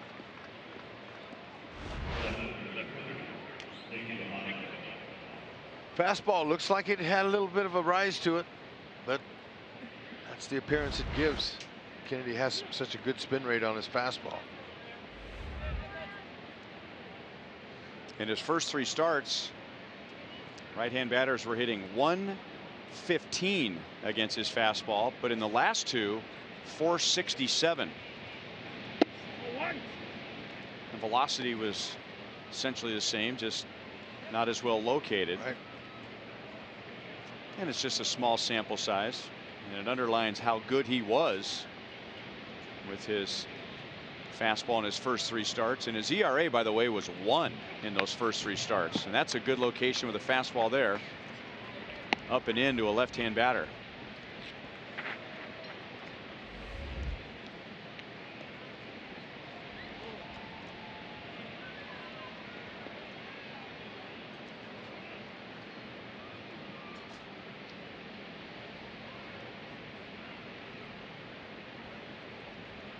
Talk about a hitter being distracted by a napkin or a hot dog wrapper or a piece of plastic. It can also distract the pitcher.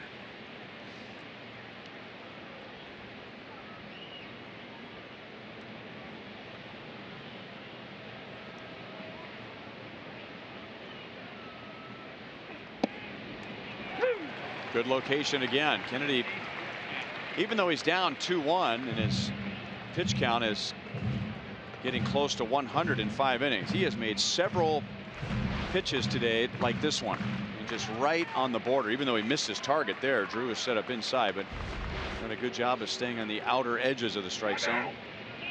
Maybe he does it again. Good location. Sound like home plate umpire Jordan Baker has some laryngitis or something. Did you hear him yell there?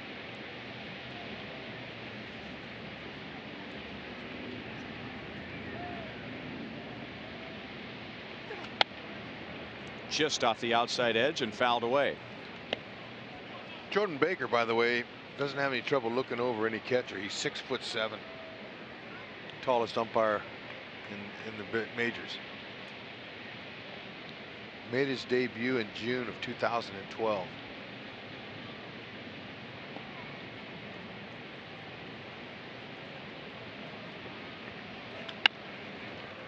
Pulled out to Witt. And that's the inning. A walk, a hit, and 2 left. 2-1 Chicago.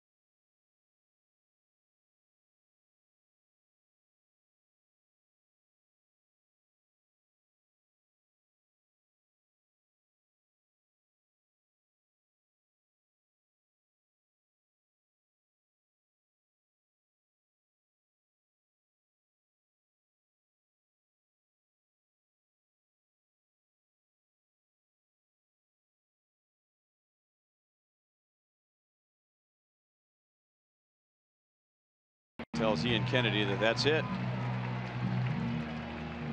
Ian doesn't look very happy about that, but if a ball is caught in right field, then he has 5 scoreless innings. And who knows, as they're looking at his fingers, maybe bothered by a blister, maybe Could not, be. but it would appear that he's going to go just 5 today. Third time to the order for the Royals, and Merrifield, with the third baseman Sanchez in, is out. He's 1 for 3. Celebrate one of the most dynamic players in Royals history with the Bo Jackson Flex Plan. Gives you the ultimate flexibility with 16 ticket vouchers to use during the remainder of the season. Download the MLB Ballpark app to pick and choose which remaining games you want to attend. Royals.com/Bo.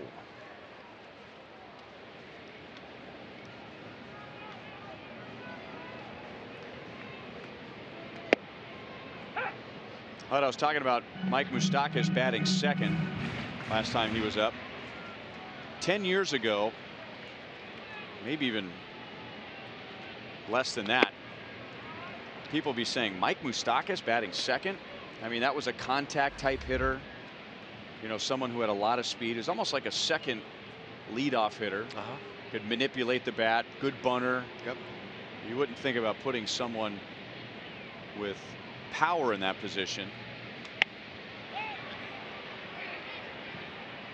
Sanchez makes the play in foul territory. Moustakas is 1 for 3 today. One of the first things I remember about the analytics guys, you know, studying the numbers and having an impact. Now, back then they were just referred to as our numbers guys, but breaking down exactly how many plate appearances positions in the lineups get over the course of a season. And maybe in old school baseball, when your lineup was more designed, you know, to get a run here and a run there, but when the runs started to pile up, the home runs started to pile up, you know, we started seeing teams putting more productive type guys as far as like home runs and RBIs in the first and 2 spots of the lineup. And Holtze just brought it up on his computer. The different, and a lot of the guys that were going to the number 2 spot, non-traditional guys, were guys that would hit like 5th or 6th. Yeah. But the way it works out over the course of the season, I mean, the number 2 hitter is going to bat, you know, 40 or have 40 or 50 more plate appearances over the course of the season. So yeah, it's pretty easy math. You say, well, we want those guys to hit more. Yeah. Jose Bautista. Yeah, batting second or leading off. Right. You know, George Springer wouldn't have been a leadoff hitter 10 or 15 years ago. Salvi down in the count, 1-2. Singles to left field. He's 1 for 3 today. Salvi wanted a little bit more than that. I think he wanted to tie it up, but he got on top of it. Good swing. Good level. Didn't quite get it in where Santiago wanted it. He wanted it in a little bit more, and he left it out. And that's going to be it for him.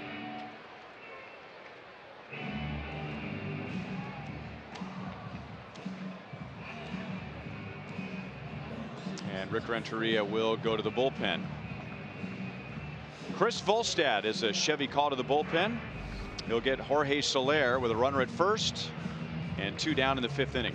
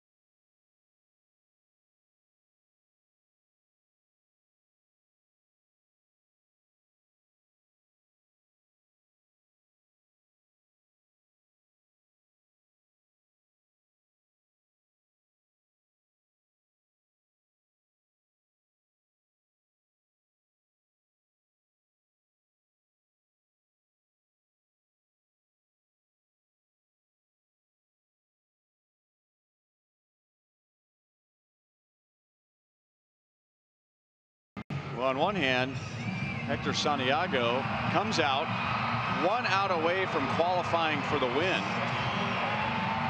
And all he had to do was get Jorge Soler, whom he has struck out twice today. But this is his first start of the season. He hadn't thrown more than 59 pitches, and he was up to 86. And so his manager was concerned that he might be tiring, and you don't want to make a mistake to Jorge Soler. So here's right-hander Chris Volstad. Yep, certainly. Look at how big he is now. 3.75 ERA.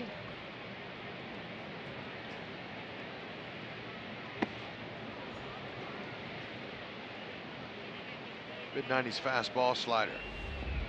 6'8", 230.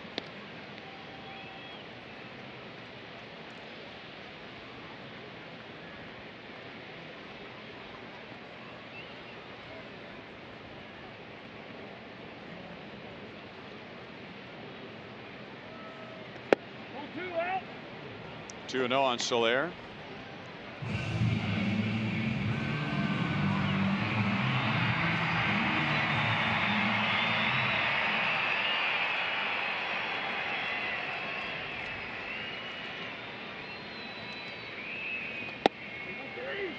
3 balls and no strikes. Not missing by much.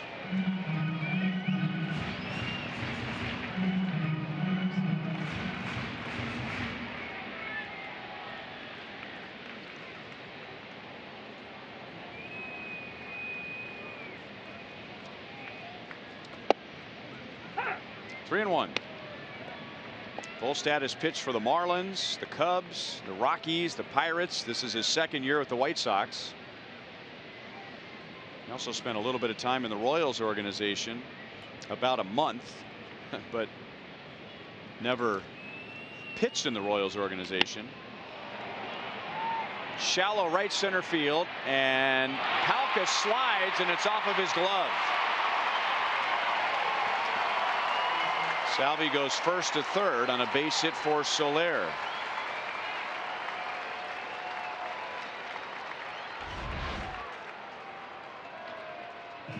Hard charging. Just good effort. It couldn't stay, keep it in the glove. Hitting the heel first, though. You know, that dead part. That'll get a lot of drop balls when it hits right in the palm.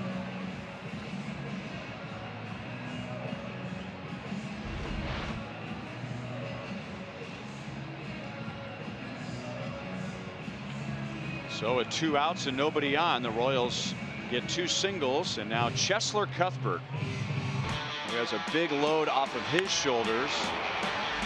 Here's our Ram drive of the game from 1 out in the 4th inning.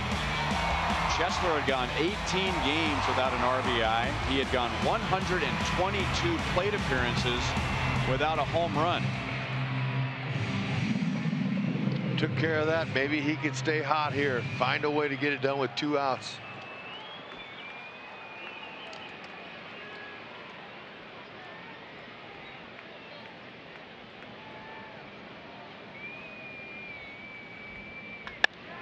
And he hits it high and deep to left center field. Delmonico is back. 2 home runs for Chesler Cuthbert.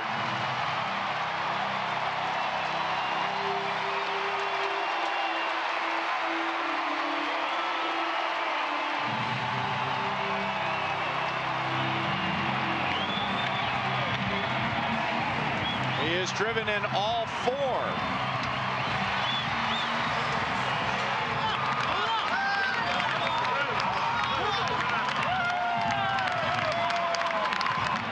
High fives all around. Good things do happen to those who wait. There's that smile. It's been a while since we've seen Chesler smile. He's got one of the best ones, but I'll tell you what, he looked like he picked up a 9-iron and golfed it out. That was a good stroke and timely. John Jay is out to end the inning, so the Royals get a big hit. They get a big hit with 2 outs, and the Royals lead 4-2 to the 6th inning.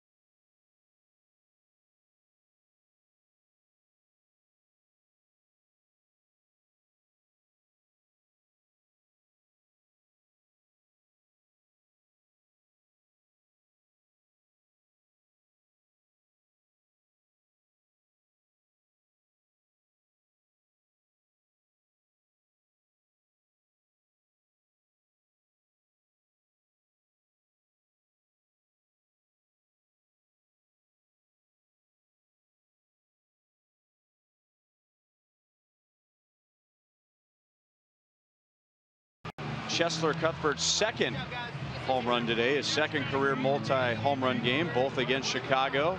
Let's take a look at those 2 home runs on StatCast. Launch angle 35 degrees. That means it went straight up. That's a long high fly. And now let's see the other one. 32 degrees. Both of them went up there. Just enough. Ah, man, I'll tell you, that'll make Chesler feel great. But one thing will make him feel even better, if they can come away with a win. This is what this team needs badly. Start piling up some wins heading into Boston, where it won't be friendly there. Brian Flynn takes over in the 6th inning. 1 ball, 1 strike on Davidson. Chevy call to the bullpen for Flynn, who's on for the 9th time this year. He pitched 2 1/3 innings in the first game of the series on Thursday. Stranded an inherited runner when he entered the game in the 6th.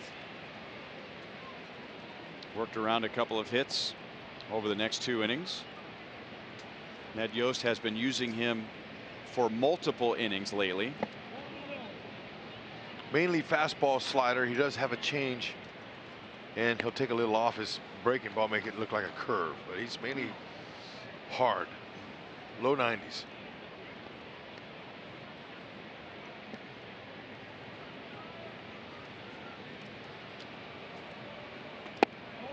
It's a tough one.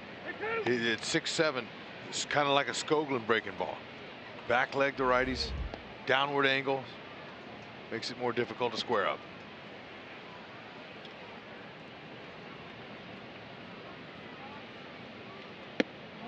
Ooh, where's that pitch?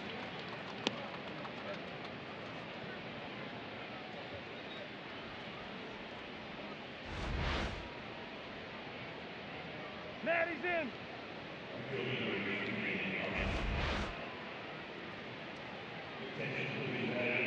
Left-hand hitting David Palka is a scheduled hitter. And now here's Trace Thompson, right-hand batter, to face Flynn.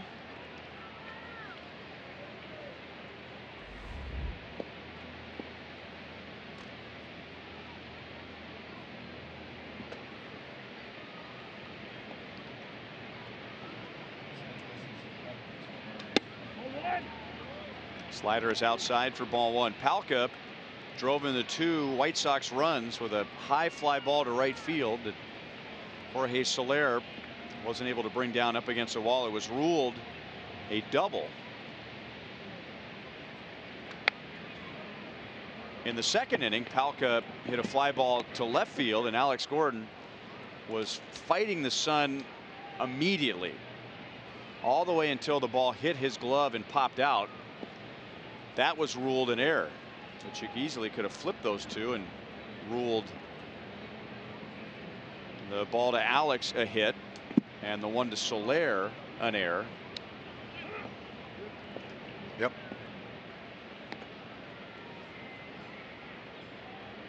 So David Palka, in his last 2 games against the Royals, has 5 hits and 5 RBIs.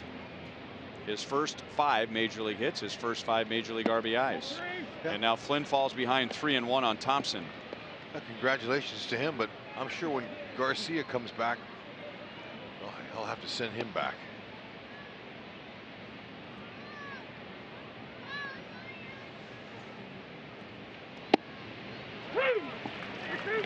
Three and 2.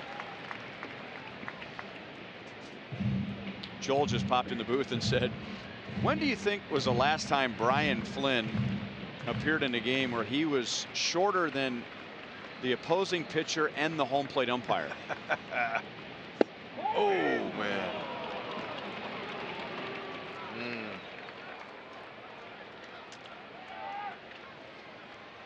So the Royals just got 3 in the bottom of the 5th inning, and now Flynn has walked the first 2 hitters, Davidson and Thompson, and Tim Anderson's coming up. Fox Sports Kansas City is proud to support the Kansas City Sports Commission Awards Banquet. This year's event takes place on Thursday, June 7th. And honors include Local Sportsman of the Year, Sportswoman of the Year, and Coach of the Year. For sponsorship and ticket information, go to sportkc.org.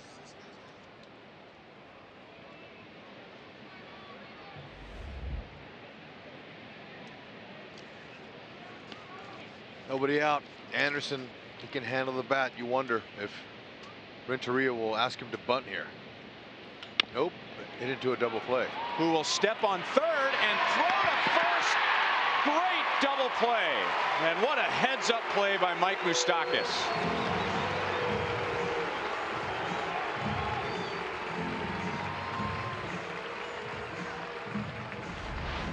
Flynn couldn't have written that up any better, although he would have liked a triple play. But if Moose would have been back and the ball hit a little harder to him, he could have, even with the speedy runner. Cuthbert, great job of keeping his tippy toe right on the base. Oh, what a lift. Royals getting a break.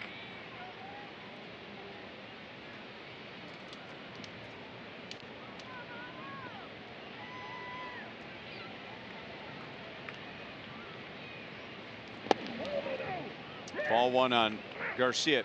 Yeah.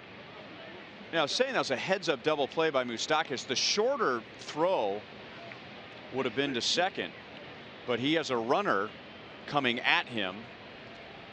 And while it's a longer throw and arguably a faster runner going up the line, that's probably the more comfortable throw for him to go across the diamond. And he knew he had to hurry with Anderson's speed. Yep, it was a heck of a play.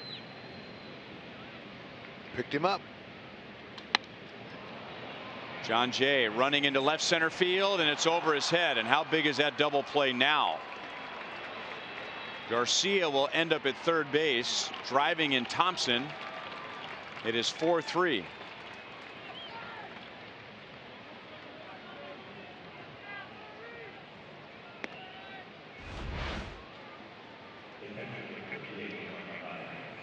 Middle of the plate, but I'm going to say that Garcia did a great job of going down and lifting it, putting some good wood on it. Jay, excellent jump, just couldn't get to it. Some good hitting right there.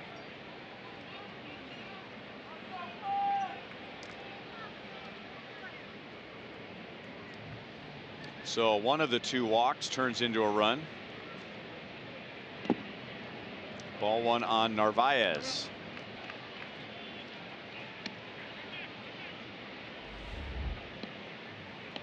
One out of two with a single against Kennedy in the fifth inning.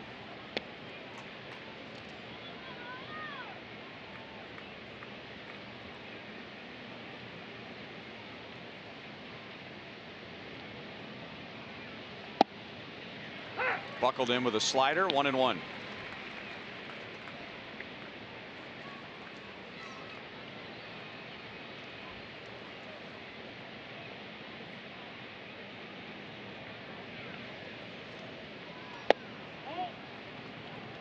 Two and one.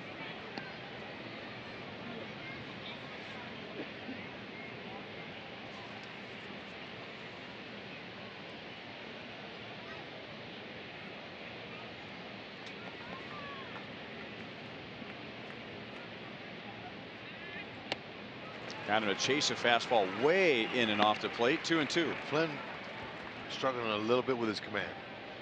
That pitch, or that swing by Narvaez, may be the result of the pitches before that were sliders that started in and moved toward the plate. Maybe he thought that was going to be another slider that was going to break out over the plate. Garcia came down the line a few steps, but he'll hold. 3-2.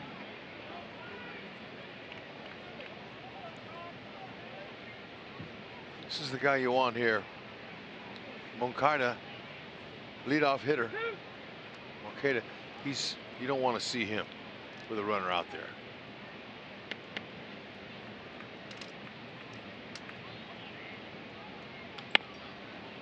On the ground to Merrifield. Inning over. So the White Sox get one back. Could have been a lot worse if not for this double play to get Tim Anderson.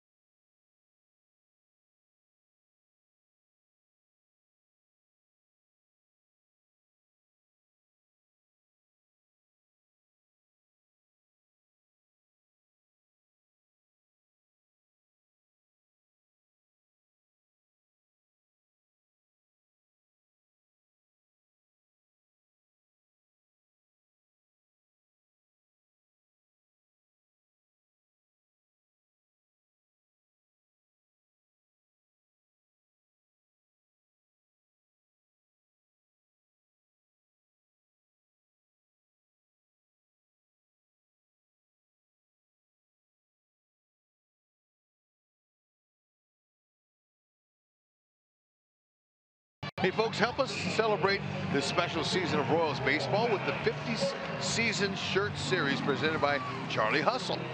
Don't miss this exclusive t-shirt featuring 9 Royals legends, designed by Kansas City's favorite t-shirt brand, Charlie Hustle. Purchase your themed ticket to receive the first t-shirt in the series on May 14th when the Royals host the Rays. Tickets now available online at royals.com/themed tickets. Is Monty on that t-shirt? He's trying to make out some of those faces.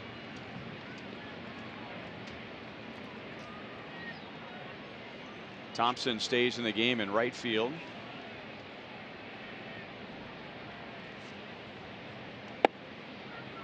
Oh, 0-2 from Volstad to Alex Gordon. Our Sonic Slam inning contestant is Jesse Domek from KCMO. Hope I'm pronouncing that correctly, Jesse. If the Royals hit a home run out of the park in this inning, that's worth $700. A grand slam out of the park, and Jesse wins 25 grand from Sonic and the Royals. Certainly could use some more runs for insurance. That would be great. Jesse, I hope you win.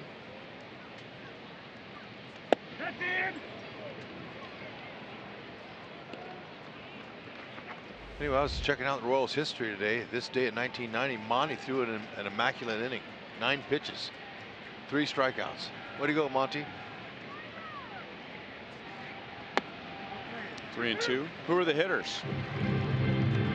Royals, let me see. Gino Petralli? Thad Bosley? No? Yeah. You got Thad Bosley, Pete Incabilia.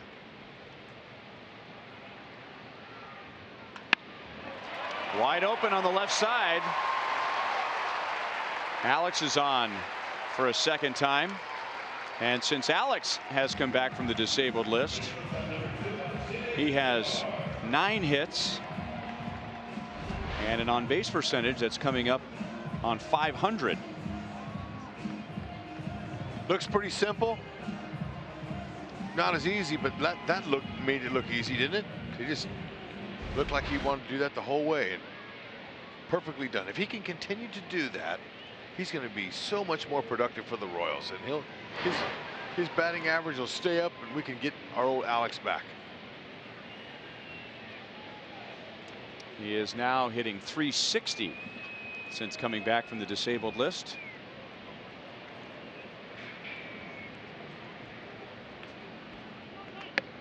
Bunted.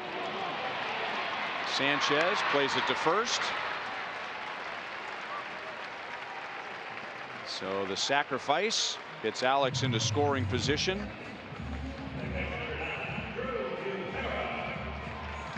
And now runner in scoring position for Drew Butera.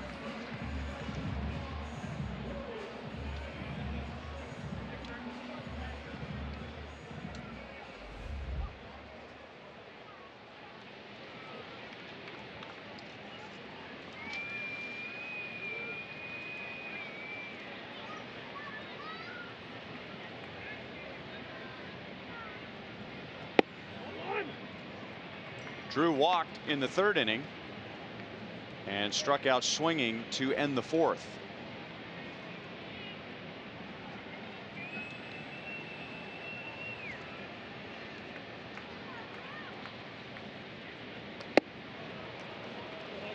One ball, 1 strike.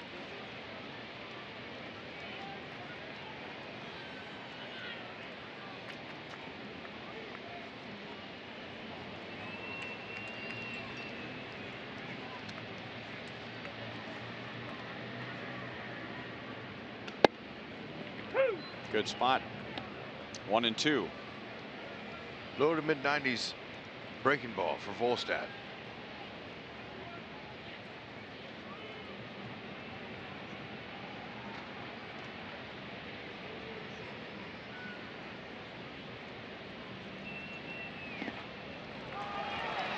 Good read. Alex moves up to 3rd base, and now Butera can drive in a run, making it out. Wild pitch charged to Volstad.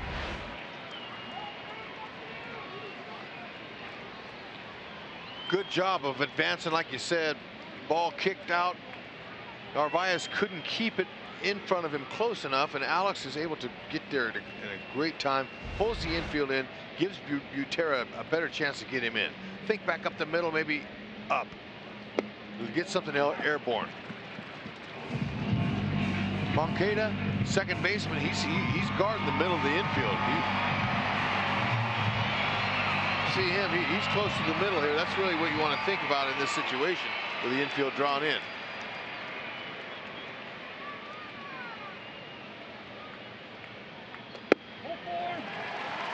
First and third, one out. Volstad walks his first.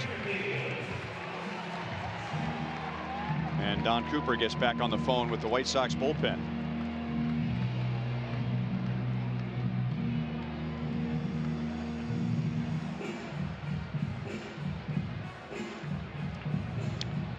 Time for Whitley to come through here and give him another run. I stay away from that double play. Like I said, now with Drew on the first base, so you do that by keeping your hands inside. Merrifield knows exactly what to do. Think middle of the field here. Outfield's playing him to pull. Big hole in right center. Look at all the area out here in right center. Wide open. I mean, he could run for days if he hit a ball out there. Score Butera for sure. Witt's struggling this year, knocking runs in. Oh, no. Out to Anderson. And the White Sox get a big double play. So first and third, one out. And Volstad gets a ground ball. It is still 4-3 Royals.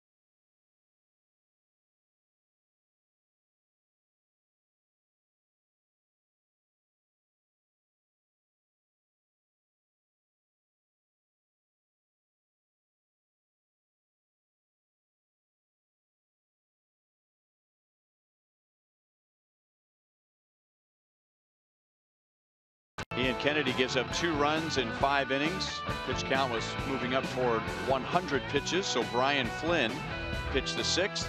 And Chesler Cuthbert, who had gone 18 games without an RBI. He had gone 122 plate appearances with a home run. He's hit 2. And he's driven in all 4 of the Royals' runs.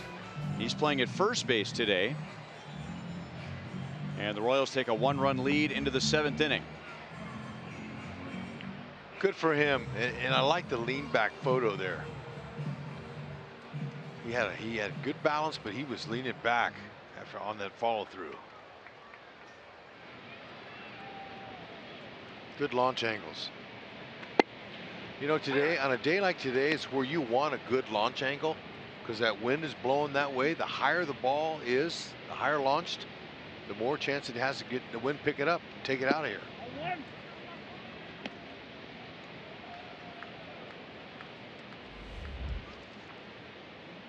Yohan Moncada is 1 for 3. 2 balls, 1 strike. Flynn took over the 6th, and he walked the first 2 hitters. He may have been squeezed. There are a few pitches that were. One appeared to be in the strike zone, but either way, he walked the first two. Now 3 balls, 1 strike. Leury Garcia drove in a run with a triple, and if not for a heads-up double play by Mike Moustakas, this game would be tied at 4. Flynn wants to get in there, but be careful. He can hit. And Soler dives. He got it. Jorge Soler with a huge catch for Flynn to begin the 7th inning. On contact, I thought for sure that was down to be a sure double with Moncada's speed. Perfect route. And when he left his feet, I'm thinking, no way he's going to catch that. That was a beauty. Oh, and a cap tipper for sure. My goodness, way to go. Keep that leadoff runner off of base. That would be the tie-in run. Teammates love it. And 4 of those 5 guys who are tipping their caps are pitchers.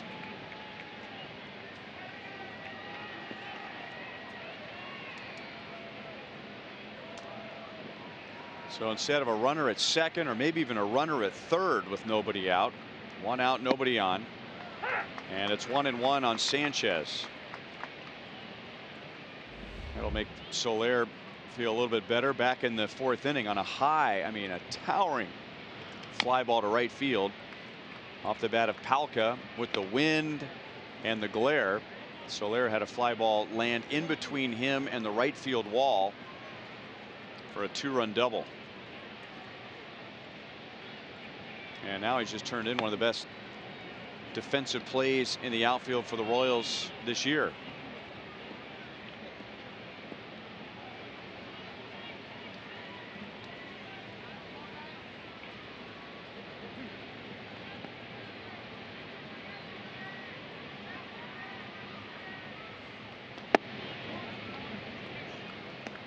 Two and two. Take a look at the StatCast on the catch. Ball's lofted up there. Distance covered, 63 feet. 42% chance he won't make the play. How about this one here? Off of Flynn's glove. Merrifield has to hurry. 2 down. 2 good defensive plays for the Royals in the 7th inning. That's right. And we'll make it. Let's not forget about Moose's nice double play too. Some good defense here today. Now watch it. StatCast this. This is nice to see him come in on that angle like that and be able to throw out a speedy runner. Throwing off your right foot, you got to do it though. It's the way you can stop your momentum, get leverage on the throw. Good play.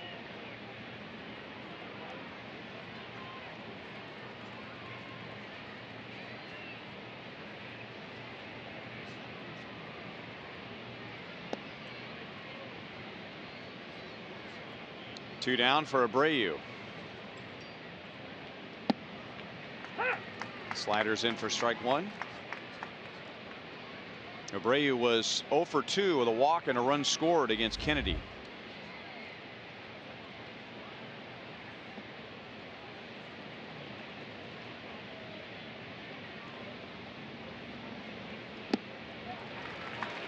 Oh and 2.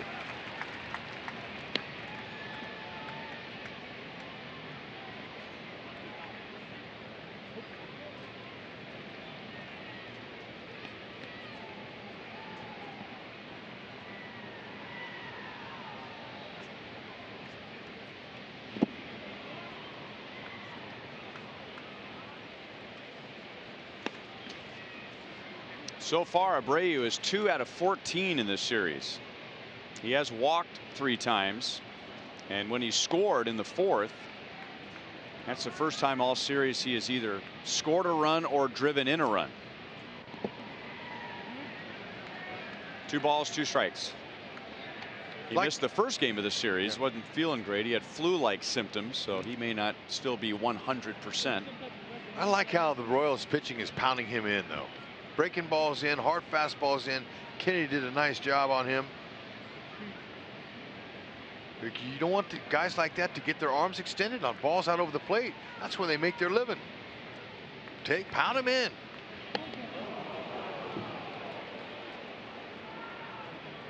Well, that just matches what you described. They've been pitching him inside And all series, and sometimes you're going to miss inside. yeah, it happens.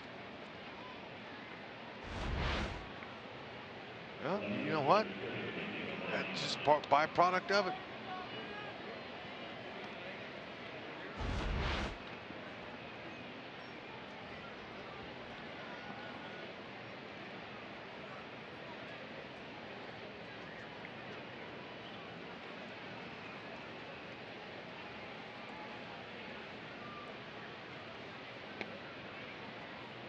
So that sets up a lefty Flynn and Delmonico. That's the 6th time Abreu's been hit this year. Other pitchers trying to do the same thing.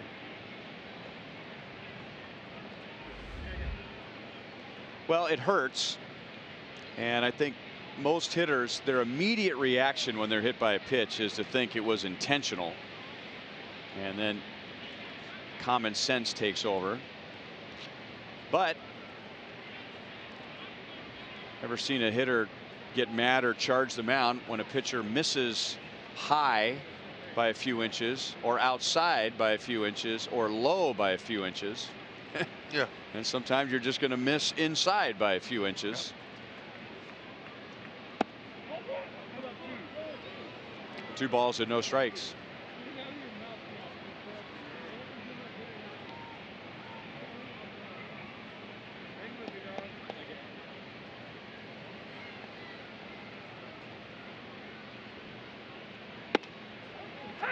Over the inside, 2 balls and 1 strike.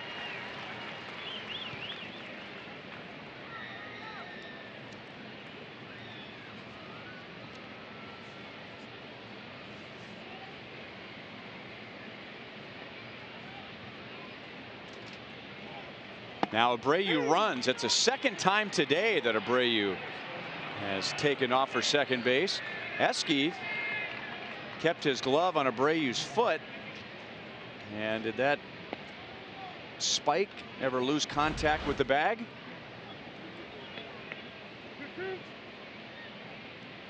Wouldn't have got him with a perfect throw. Yeah, look at Eske. Now that's what you want to do. You're going to train to keep your glove with the ball on him. Okay, now that's off, and now is the other one off? Oh, interesting. Good try, Eske. Look at him keeping that ball there. You're trying to get it out any way you can. And Delmonico is going to make the Royals pay. So Abreu is hit by a pitch. His revenge is to steal second base. And Delmonico ties the game at 4. That's Delmonico's 2nd double of the day. So both White Sox runs against Flynn the last 2 innings, the result of a gift, a walk and a run scored in the 6th, and now a hit batter and a run scored in the 7th.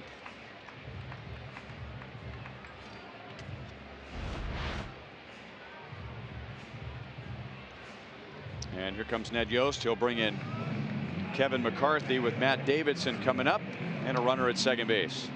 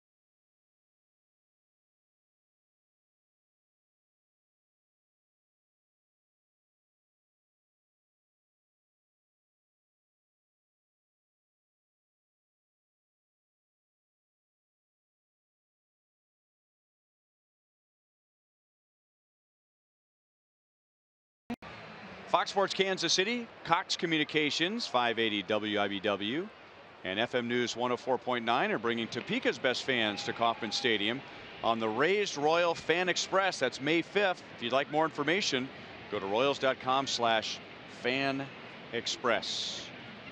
Kevin McCarthy against Matt Davidson. He went around. Jerry Lane, first base umpire and crew chief, ruled a swing on Davidson. McCarthy inherits Delmonico at second base.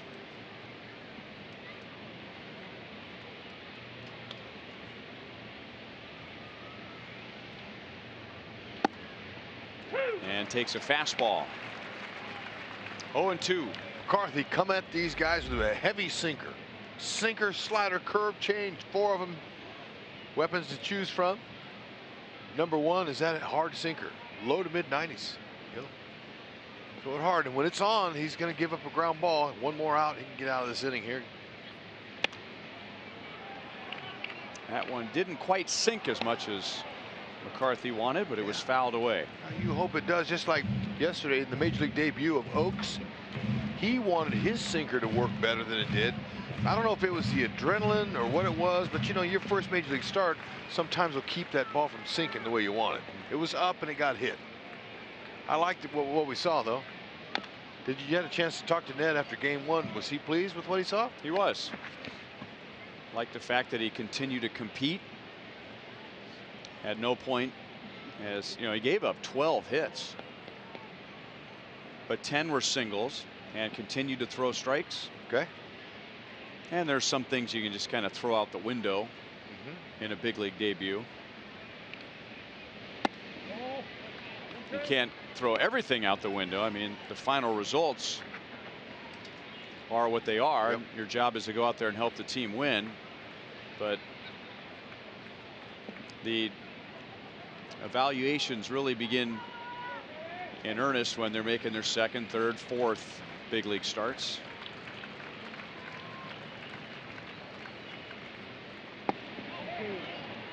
That was a good sinker right there. Drew Butera liked it, and Davidson did a good job of laying off of it. Davidson 227 coming into this game with a runner in scoring position. White Sox, that's not one of their best numbers. 217 overall with runners. Backed him off the plate. 3-2. Trace Thompson is on deck, and there is an open base.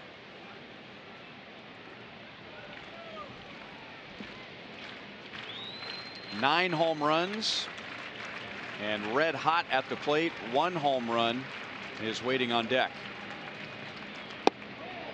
and it'll be McCarthy and Thompson with 2 on and 2 out.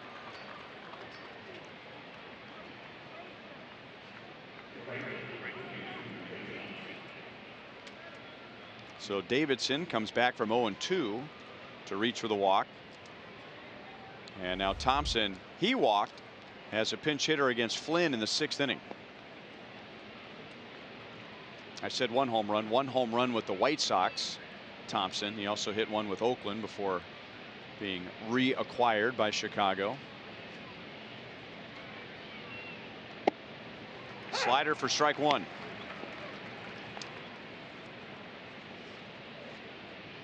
With 2 outs and nobody on, Jose Abreu was hit by a pitch, and then he stole second and came home on the double from Nicky Delmonico.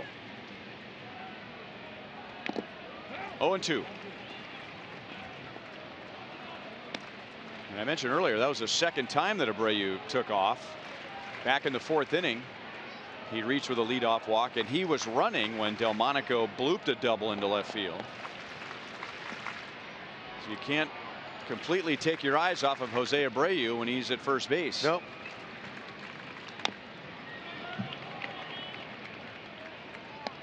Still 0-2.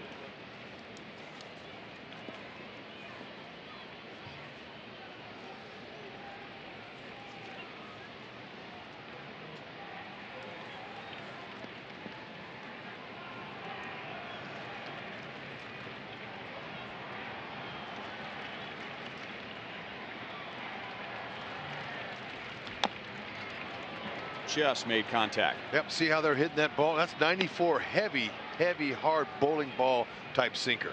He's checking his swing, but he's hitting the top of the ball, bouncing it. That's what you do when McCarthy's on.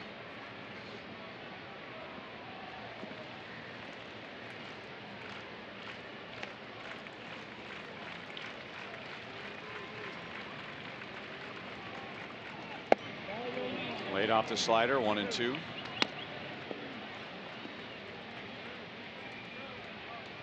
Mentioned Thompson hit his first home run with the A's. He spent a little bit of time with Oakland this year. And his brother Clay been part of a couple of championship teams with the Warriors. How about that? Very athletic family, no doubt.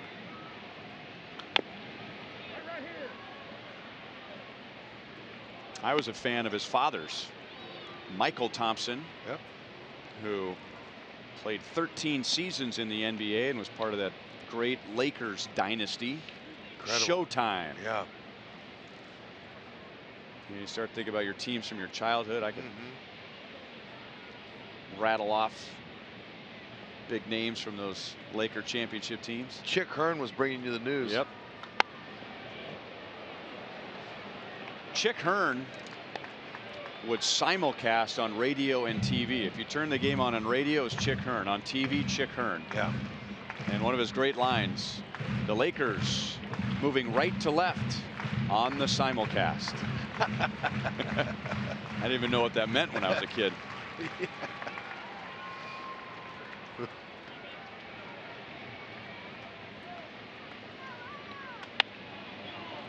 Well, he's battling McCarthy.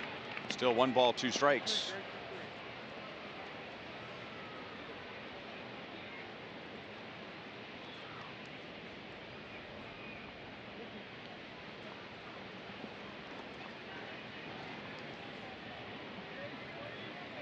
He has fouled off 6 in this at bat. 2-2. Seeing a lot of pitches. Battling.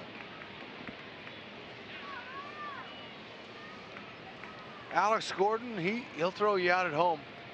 Nick Capra, he knows that. Third base coach.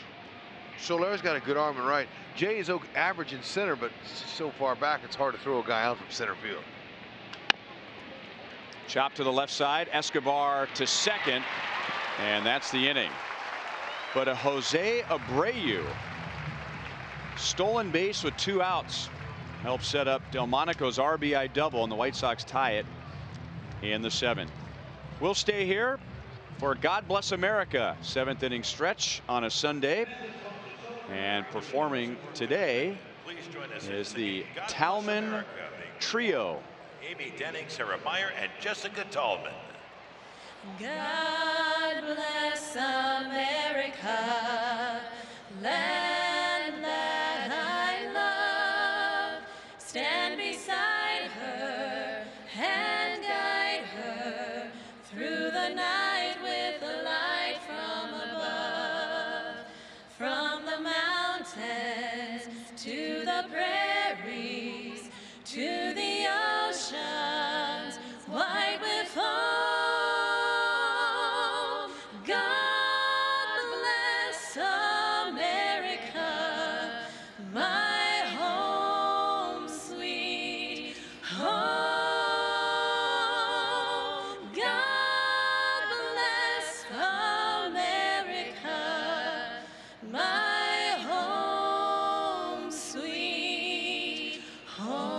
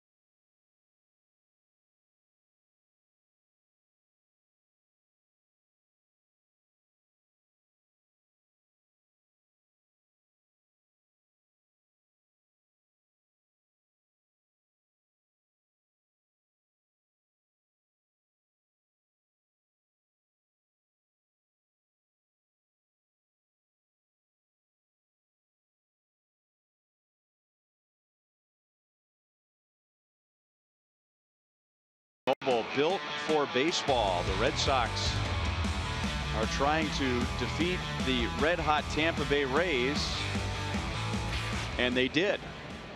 Sandy Leon in the 8th inning drove in J.D. Martinez with a double off the side wall. Boston won that game 4-3. Tampa Bay had won 8 in a row. So 2 of the hottest teams at the moment are in the AL East.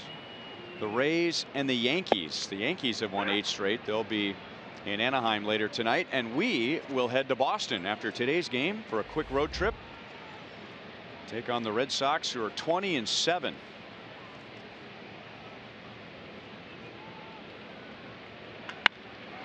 Base hit right field for Mike Moustakas as the Royals try to answer Chicago in the bottom of the 7th inning. Moustakas has a 2-hit game.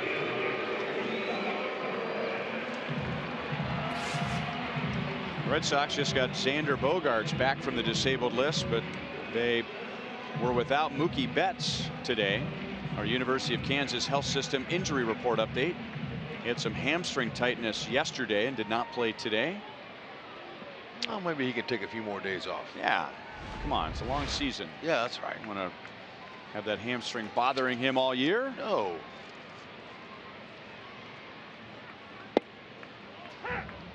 Volstad's been in there since 2 outs in the 5th inning. He gave up Cuthbert's 2nd home run. Cuthbert has driven in all 4 for the Royals today. And Volstad got a big double play from Merrifield in the 6th inning after the Royals had runners at 1st and 3rd, 1 out.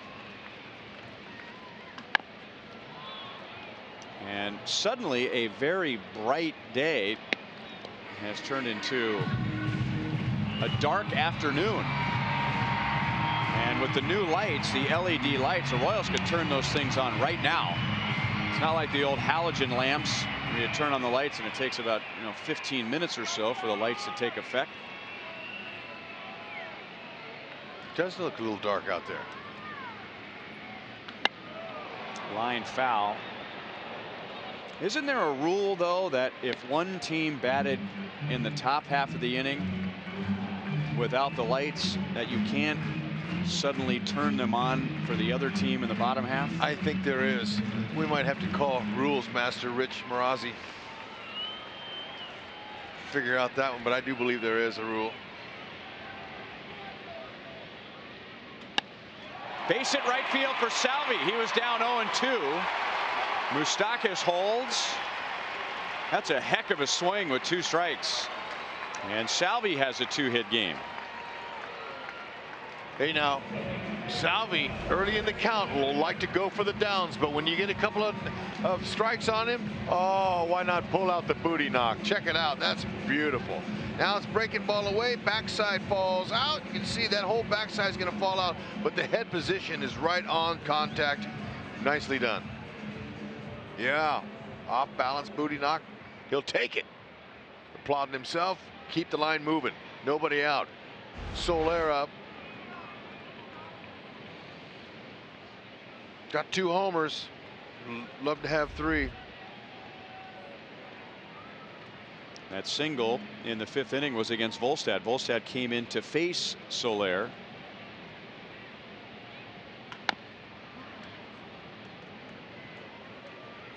Royals production today has come from the 2, 3, and 4 hitters. 2, 3, 4, and 5 hitters. They have 7 of the 10 hits. They have driven in all 4, and they have scored all 4. Down and in, 1 ball, 1 strike on Soler. It's always easy to second guess, but Hector Santiago came out with a man on and 2 outs. He had already struck out Soler twice, but Rick Renteria removed him for Volstad, and the Royals ended up getting 3 runs in the inning. And the main reason, I'm sure, was his pitch count. Santiago was making his first start of the year and had thrown almost 30 pitches more than any other appearance. I thought he looked good. Santiago, he looked as good as I've ever seen him pitch. Hitting his spots, had great command.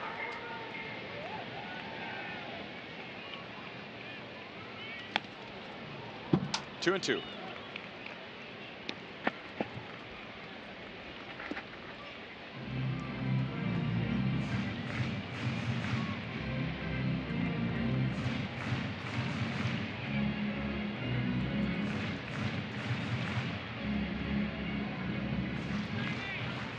Amazing how bright it was just about an hour ago.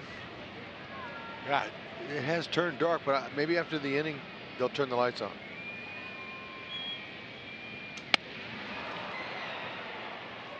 But not for a long time. Hopefully the Royals hit for a while. A little frenzy hit and rally.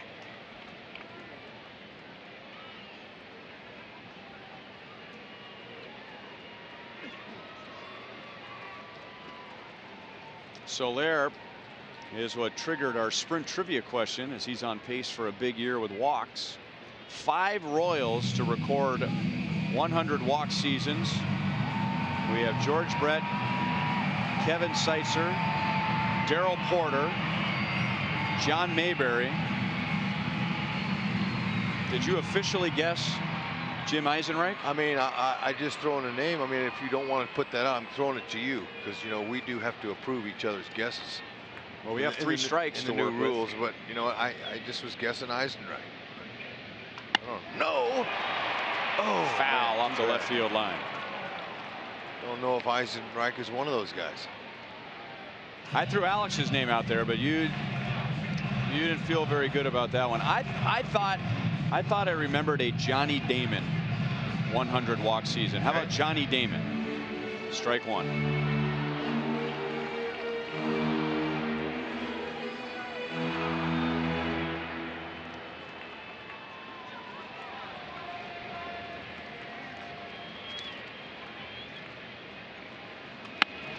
That's into right field. Royals 1 base at a time. Moustakas singles to right. Salvador Perez down in the count, 0-2, singles to right.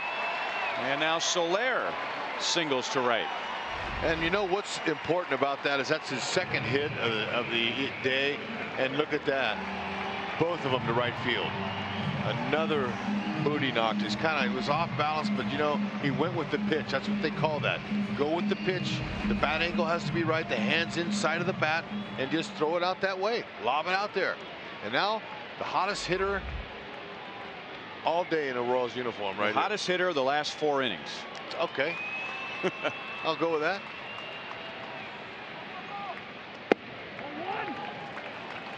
Chesler hit a solo home run with 1 out in the 4th against Santiago, and then he hit a 3-run home run against Volstad in the 5th. That was with 2 outs. Now he bats with the bases loaded and nobody out. Line foul off the left field line, and right now Volstad isn't fooling anybody. Good balance. Oh, there was his lean back right there. That one hit a little bit more. That's down and in, but he caught it just right. And you know, it's amazing when you hit one, how you just feel that groove, you feel that rhythm in your swing, and he hit another one. Could he do it again? 2-1. Now you're eyeballing pitches that you were swinging at earlier. It can change in one swing, and so far it has. Hopefully he'll stay on it. It's been a while since the Royals have seen a 3-homer day.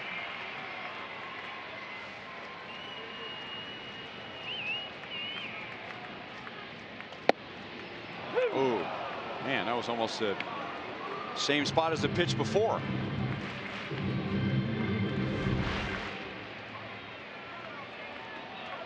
Isn't that right where the pitch before was? It was. Volstad really needs a strikeout or a ground ball. Infield in. Just shoot one through a hole. On the ground to Sanchez. He'll come to the plate. And so the White Sox out of that get 1 out.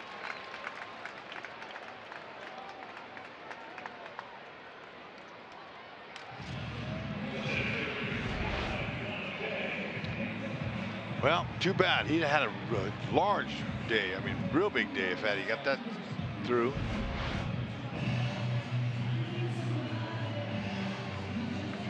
And here comes Rick Renteria with John Jay and Alex Gordon coming up. He'll bring in the lefty Luis Avilan. Bases loaded, 1 out, 4-4 tie.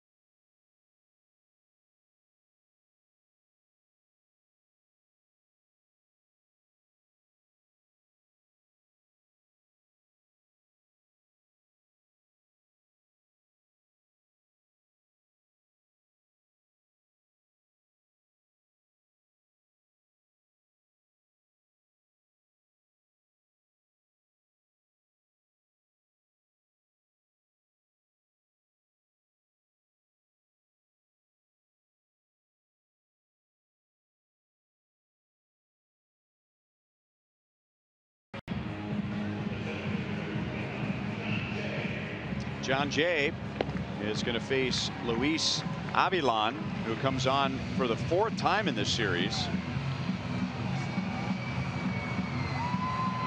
And Avilan inherits 3 base runners with 1 out.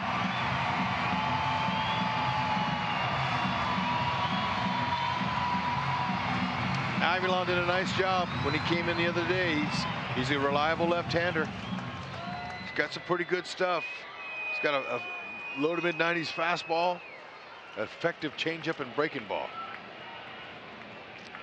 Almonte was a choice that Ned had on the bench as switch hitter, and he's staying with John Jay.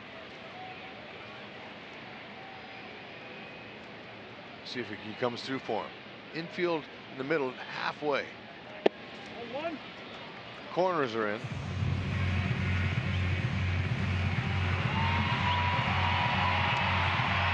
Middle, got to look up in the zone here. Salvador Perez is your runner at third base. You got to hit one deep enough on a sac fly to score him. Anything medium depth or not could be a play at the plate.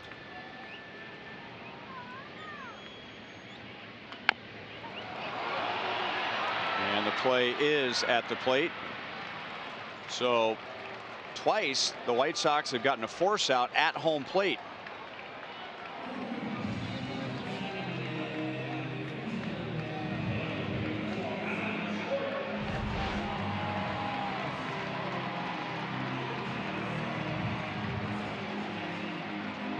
Rats. That's not going to work.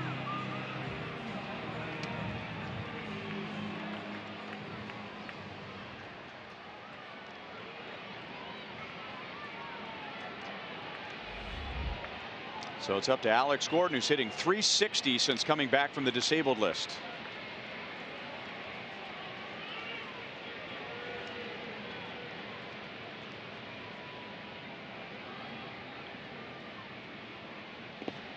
Avilan pitched a third of an inning in game 1 on Thursday. And in that game, he came on to face Alex Gordon and got him to ground out to second base. He pitched 1 inning in the game on Friday.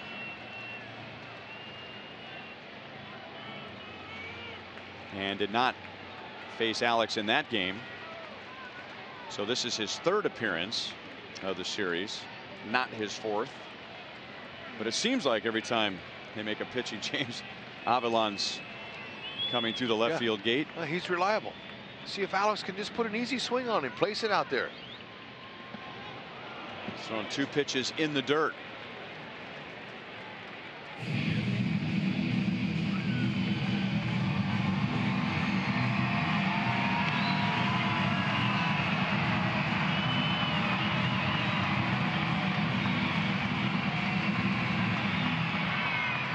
Moustakas, Perez, and Soler all single to right to load the bases. Volstad got a ground ball from Cuthbert that produced an out at the plate, and then Avilan just got a ground ball that produced an out at the plate, and now bases loaded, 2 outs.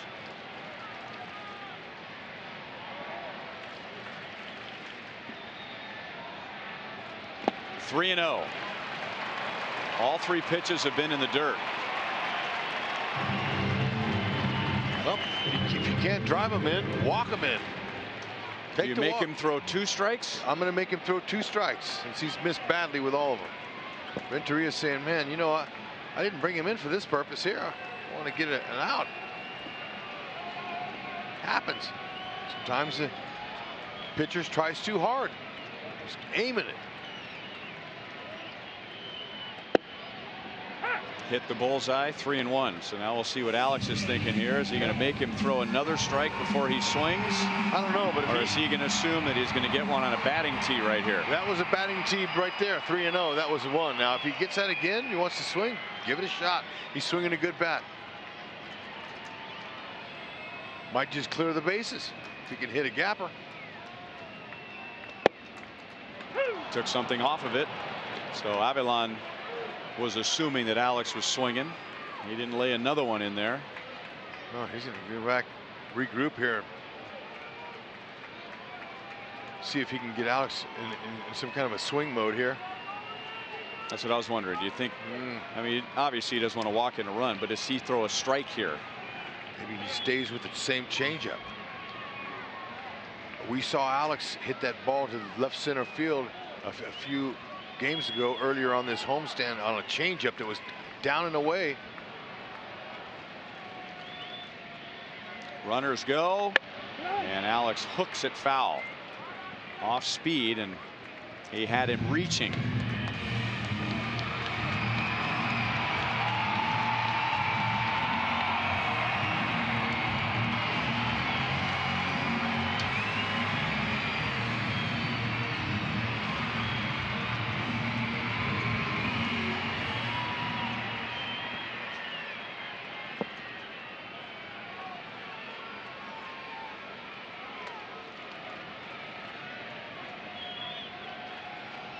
Runners go again. Pulled foul again. And again, off speed. Yep, he's pulling the string. He's afraid to throw him a hard straight one. I would be too, swinging a good bat. Staying alive though. You stay alive, you figure it out. The more pitches you see, the better chance you have to put one in play.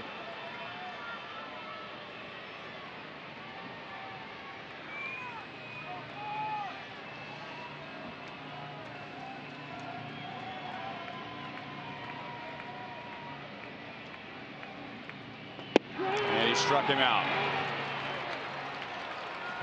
The White Sox get out of a bases loaded and nobody out.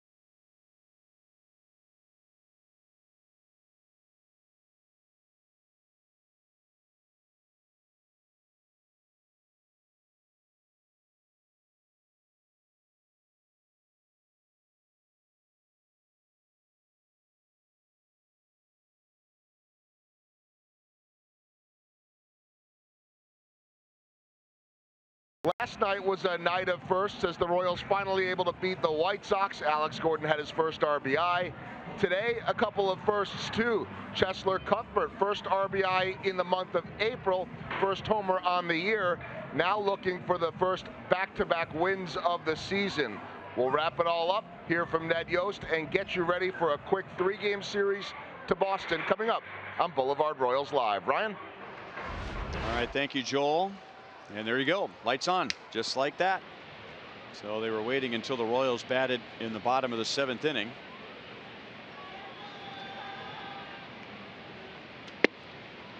Kevin McCarthy came on and got the last out of the 7th in relief of Flynn. That was after walking Matt Davidson, and now Tim Anderson, followed by Larry Garcia and Omar Narvaez. Mentioned this a couple nights ago. Kevin McCarthy 2 years ago made his big league debut against the White Sox. Came on and faced one man, Tim Anderson, got him to ground out. Next night he came on and faced one man, Tim Anderson, got him out, and McCarthy got a win in that one. And now he gets Anderson to roll out to Escobar. Anderson is 0 for 4. And there's one down in the 8th inning.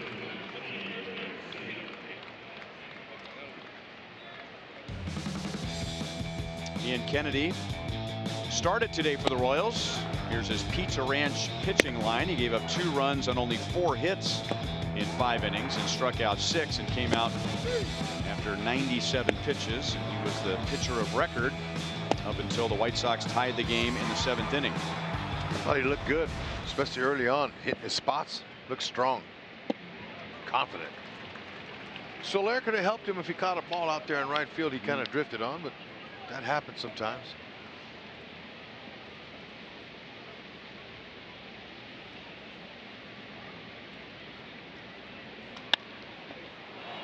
Garcia goes the other way for his 2nd hit.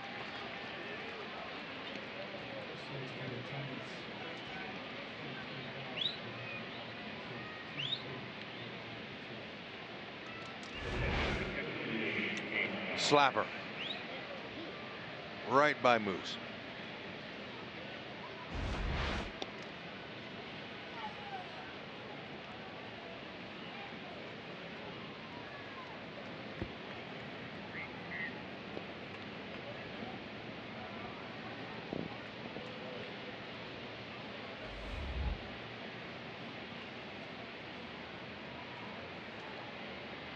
Narvaez is 1 for 3 with a single to left field.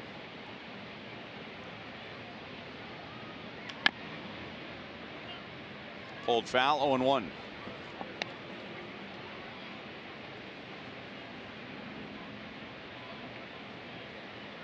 think the crowd is still a bit stunned after what happened in the bottom of the 7th inning. The Royals were building a rally and building a big inning. They had the bases loaded and nobody out, and the White Sox got out of it.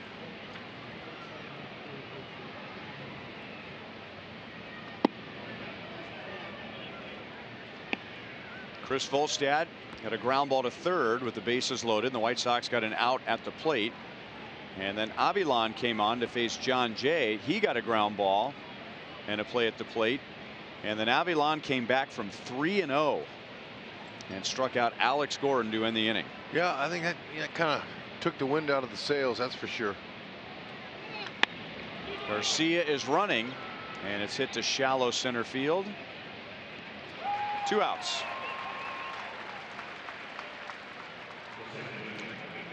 MLB At Bat is your #1 Royals app. Customize your experience to catch every moment this season. Get Royals home screen icons and features such as the MLB TV Game of the Day, pitch tracking, in-game highlights, live radio broadcast, stats, news, and more. Download MLB At Bat today. Little light rain falling, Which seemed impossible when the game started with a bright blue sky. Where'd that come from? Moncada hits it into left center field. That's his 2nd hit. And Garcia going on contact with 2 outs. He'll go first to third.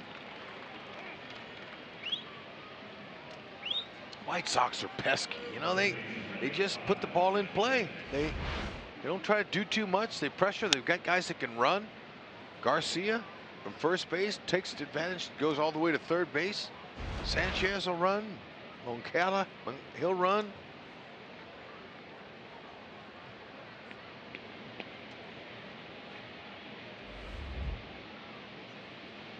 Speaking of Sanchez, here he comes.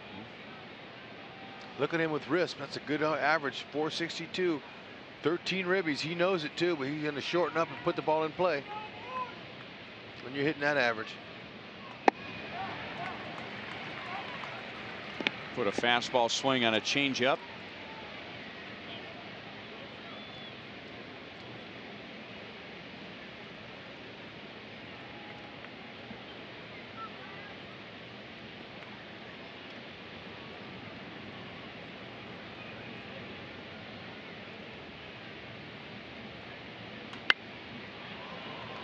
Back into the crowd.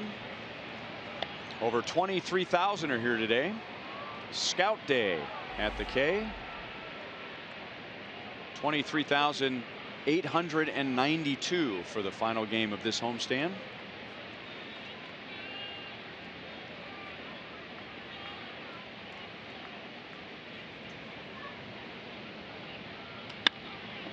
Into left field, right at Alex. So McCarthy gets around a couple of hits. The Royals will have Escobar, Butera, and Merrifield coming up in the bottom of the 8th.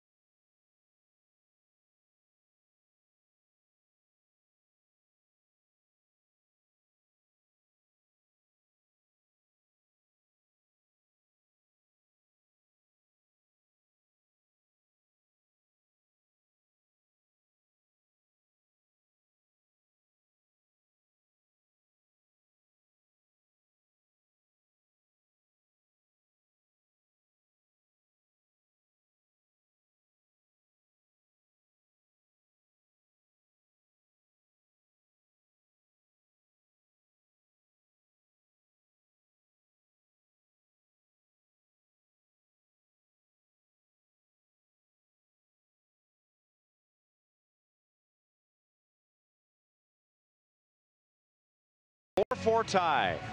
Bottom of the 8th inning. Any last guesses? Mike Sweeney. Jim Eisenreich.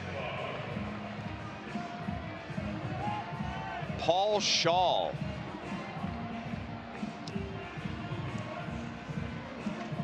Another win for the Truck.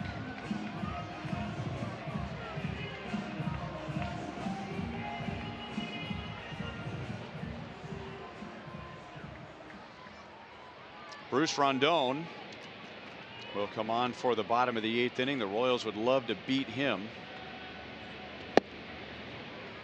First pitch slider to Alcides Escobar.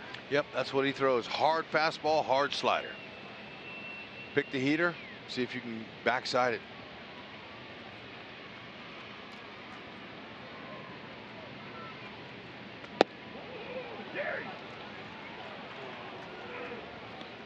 Oh, and 2.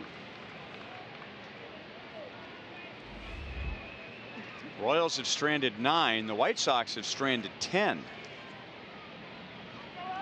So both teams feel like they should have more than 4 at this point. Although I think it stings the Royals more because they had more opportunities early in an inning, where the White Sox, they've left some runners after men have been getting on with 2 outs, but the Royals had 2 on, nobody out in the 3rd. 1st and 3rd, 1 out in the 6th, and now Escobar takes one right on the hand. And then bases loaded, nobody out in the 7th.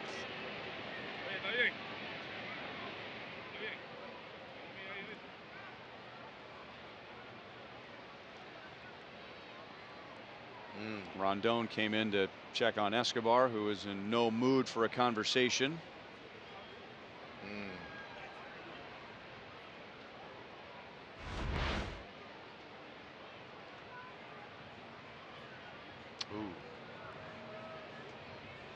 Not good.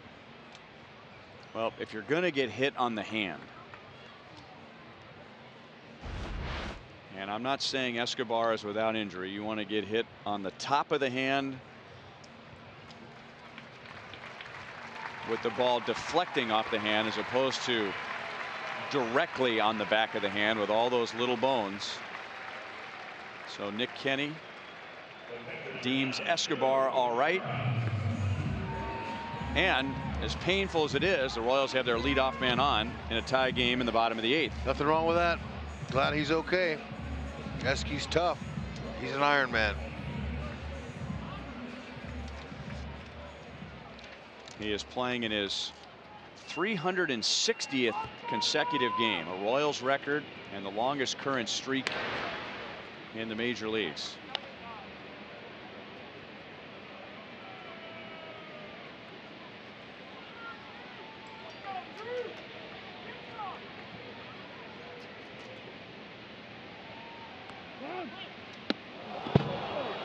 Did Butera make contact? Nope.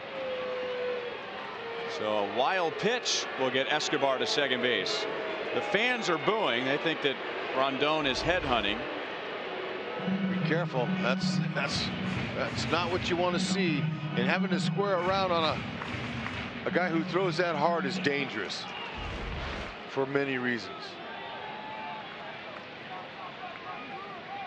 Drew has that ability. You almost like to see him just try to swing his way on it. As hard as that is to bunt a ball like that, it's just shorten up your swing, and it's easier to make contact swinging than it is bunting.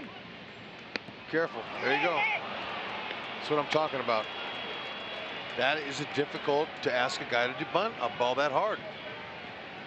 So you want to try to get on top, but the fastball pitcher knows that, and he threw him a breaking ball. Oh, that's the one. See, the barrel was down below. I thought it was a heater, but breaking ball does him a favor, because see how that ball was going down? If he could have just kept his barrel above his hands and bunted it down on the ground, he would have done the job. Rondon did him a favor, throwing him a slider.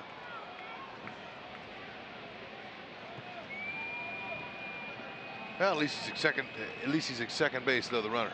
Esky. Yeah, another thing I'll add to what you said, Hud. And Drew's a pro. He's not going to use this as an excuse, but the human side of that is Rondon just hit a guy, and then his first pitch goes whizzing right by his nose, and now you're going to dig in there comfortably and try and drop down a bunt? Nah, not going to happen. It's too hard. 1-1 on Witt. And if you believe in a hitter being due, well, Witt is due to get a hit with a runner in scoring position.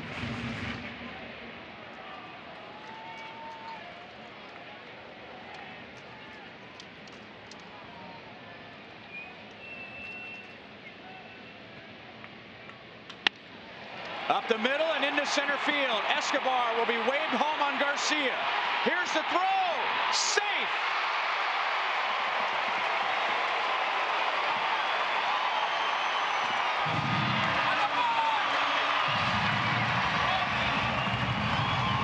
Way to go, Rhino, way to talk him into it. He was due.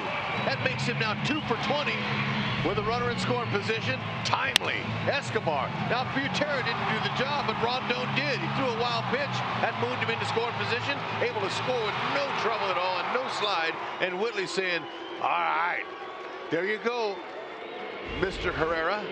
Kelvin, it's all up to you now. Let's see if Moose can add on.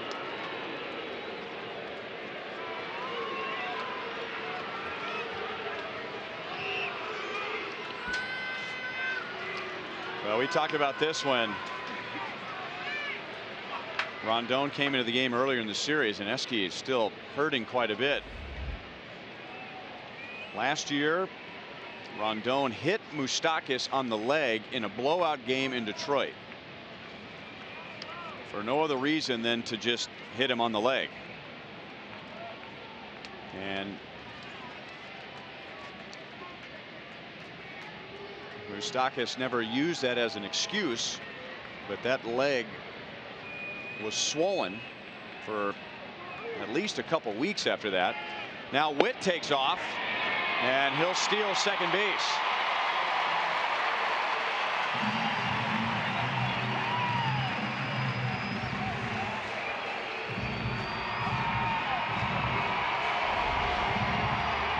Good jump. Had no chance.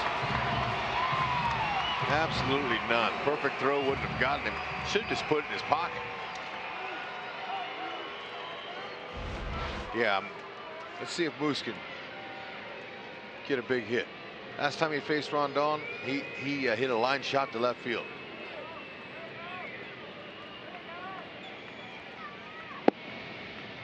Sliders in there for a strike, and Moustakas had a chance against Rondon in the first game of the series on Thursday. Came up in a close game with 2 on and 2 out, and Rondon got him on a fly ball to left field, and now he gets another chance against Rondon in the 8th inning today.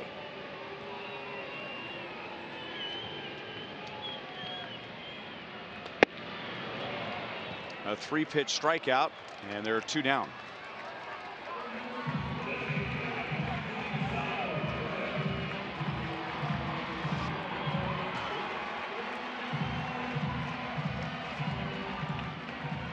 And now Salvador Perez, who has a 2-hit game. He and Rondon played Little League together back in Valencia, Venezuela.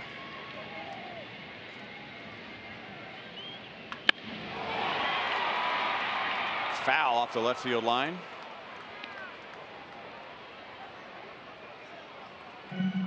Heck of an effort by the ball boy. Yeah, Richard down there made a good effort. I agree. Blaine Boyer. Yeah, that's right. You know, Herrera, I believe he's been used the last 3 days. I got excited when Whitley knocked in Escobar, thinking it would be Herrera time, but I wouldn't. I jumped the gun a little bit, realizing Kelvin's been working. Anderson throws in time. That ends the inning. Alcides Escobar is hit by a pitch. He goes to second on a pass ball, and Whit Merrifield drives him in, and the Royals lead by 1.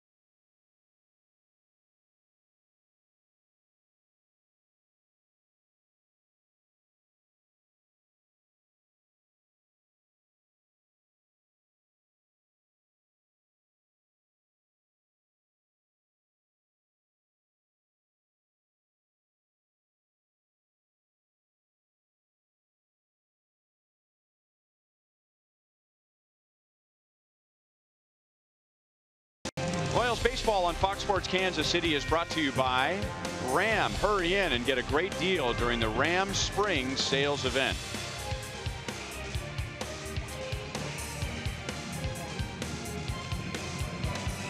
There it is, the go-ahead base hit, or one of the 2 home runs hit by Cheslor Cuthbert. He drove in the first 4. Ryan Goins takes over at short for Alcides Escobar, who was hit on the hand to start the 8th inning, and then Merrifield got him home, and now Lucas Duda will take over for Cuthbert over at first base. And Blaine Boyer, after Kelvin Herrera's pitched the last 3 days, will try and get his first save since May of 16. Boyer going to pull out that sinker slider, hoping it works. He pitches to contact down in the zone. Keeper down, me to their order coming up. Don't want to leave anything up. Low 90s.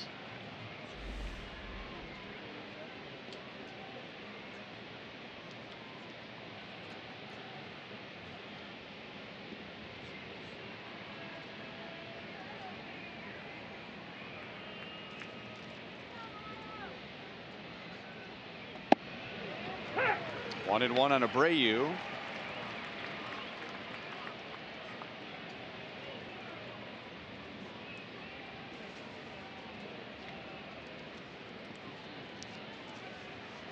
Boyer has not pitched since Tuesday night, when he pitched 2 scoreless innings against Milwaukee. He's ahead, 1 ball, 2 strikes.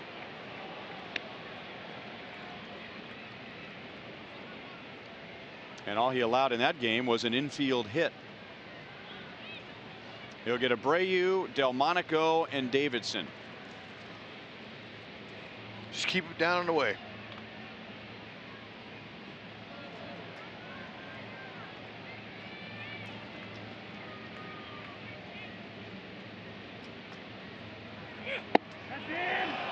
The pitch was inside, and he did not go around. Nice 2-seam action on that 95. We're seeing there's some mid-90s. Typically he's low 90s, but his adrenaline's pumped up in this situation here. Wants to get the deal done.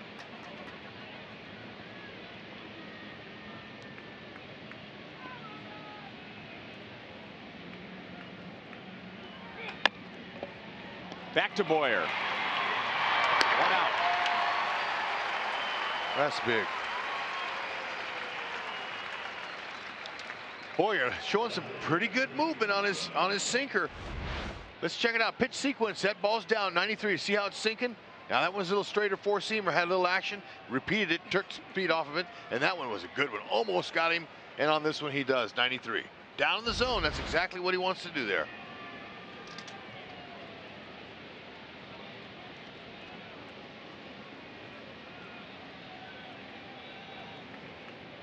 One out. And Nicky Delmonico. Good location. Delmonico has 2 doubles, a run scored, and an RBI. It was his double that tied the game at 4 with 2 outs in the 7th inning.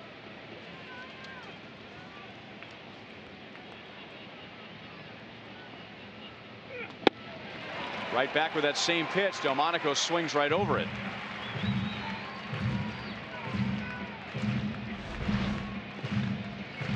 Beauty, huh? How about that little action? Little slider.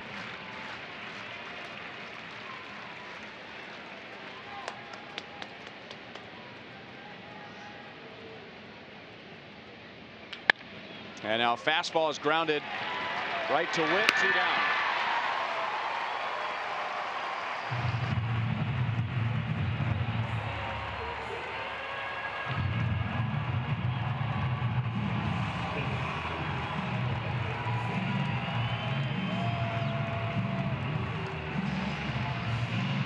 All right, so far so good. White Sox middle of the order. That young man, he wants to see a back-to-back Royals victory here. That would be sweet. So 1 more out, and it's Blaine to the plane. How do you like that one, Rhino? You know, considering how much time you had to think of that, well done. All right, now strike one's important. That ball's up a little bit. Now this guy right here, we all know he's been a beast at the K. This is not going to be an easy contest as the fans are getting into it. Davidson, he's got some pop. Off the plate and no play. But all things considered, it's a base hit for Davidson. That's not the worst thing in the world, considering what he has done in this series and what he has done at Kauffman Stadium just this month. And now he's going to come out for Adam Engel, giving the White Sox more speed with the tying run at first base and 2 outs. Yep. Hey, that's a pretty good break that Davidson got, because this young man right here, Engel, he's really fast.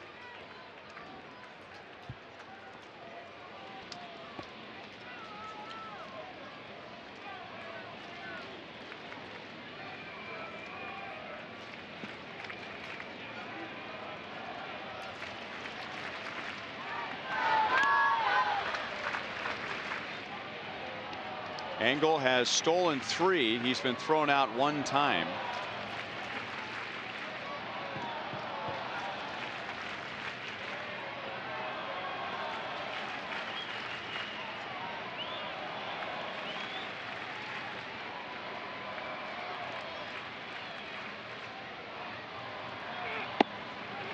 Slider got the outside. Strike 1 on Thompson. He's come to the plate twice. He walked as a pinch hitter in the 6th and scored. And then after a long battle with Kevin McCarthy, Kevin got him to ground out to short to end the 7th. And now Boyer's trying to get him to end the 9th. I don't believe that Boyer's going to let Engel get in his mind too deep over there, the base runner. Having saved some games in his career, he's not going to worry about that. He knows that hitter's the one. Don't leave a mistake up there for him.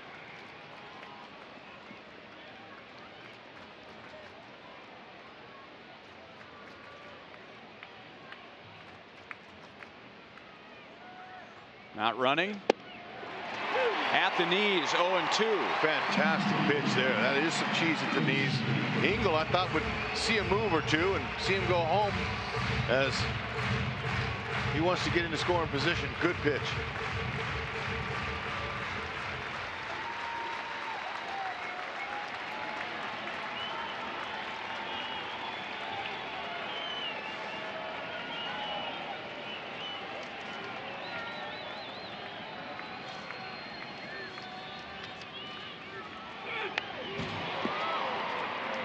Hopefully that's the best pitch that Thompson's going to see in this at bat.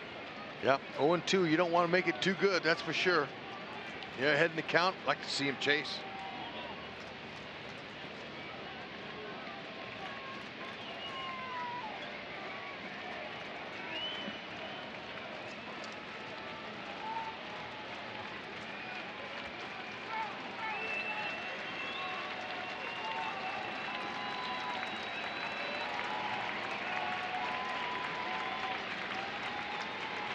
There he goes.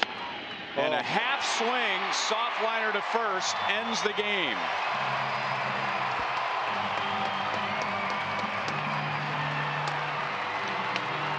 Chesler Cuthbert drove in 4 of the 5 runs. His replacement secures the final out.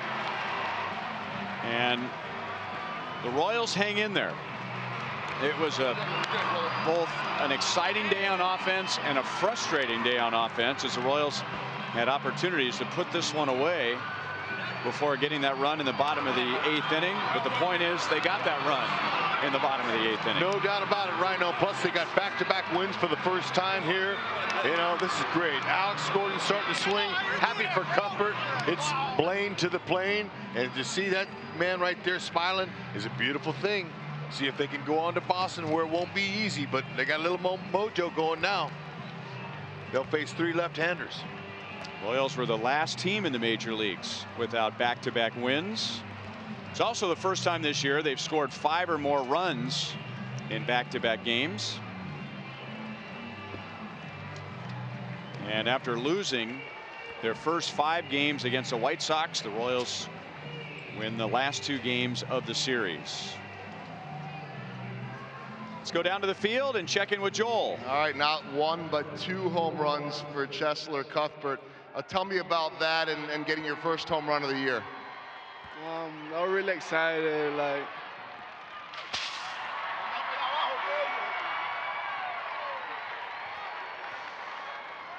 Sorry about that, Chess. He never stopped smiling, though, ever. I'll ask you again. Tell me about getting not just your first, but your second home runs of the year. I'm really excited. Thank the fans for the support, and we just it was fun to be winning, so that's why we keep rolling now. Winning is always fun, and it's been a tough April, but to be able to win 2 games in a row, how good does that feel right now to finally have some results? We feel pretty good. We've been struggling, but I think we've been picking up each other and just try to get along like a team. And so with 2 wins in a row, that's good. Also, the fans always supporting us, so let's thank you, fans. Yeah, I've got the fan support. Last thing for you talked about picking each other up. It had been a while since you had hit a home run or an RBI, but we know that you always have a smile. You always have great energy. So how have you stayed positive? Every day I come, let's try to be a good teammate, help them, tell them something to make someone happy. That's all I try to do every day, try to be a funny one in the clubhouse. The funny one in the clubhouse, and today the RBI machine, 4 of them and 2 homers. Great job. Thank you. There it is, Cheslor Cuthbert. Guys, we've said it a million times, he never stopped smiling and making others feel good. Well, eventually that's going to pay off, and it did for him today. He had gone 122 plate appearances without a home run going back to August of last year, and he hits 2 and drives in 4 today. We'll be right back.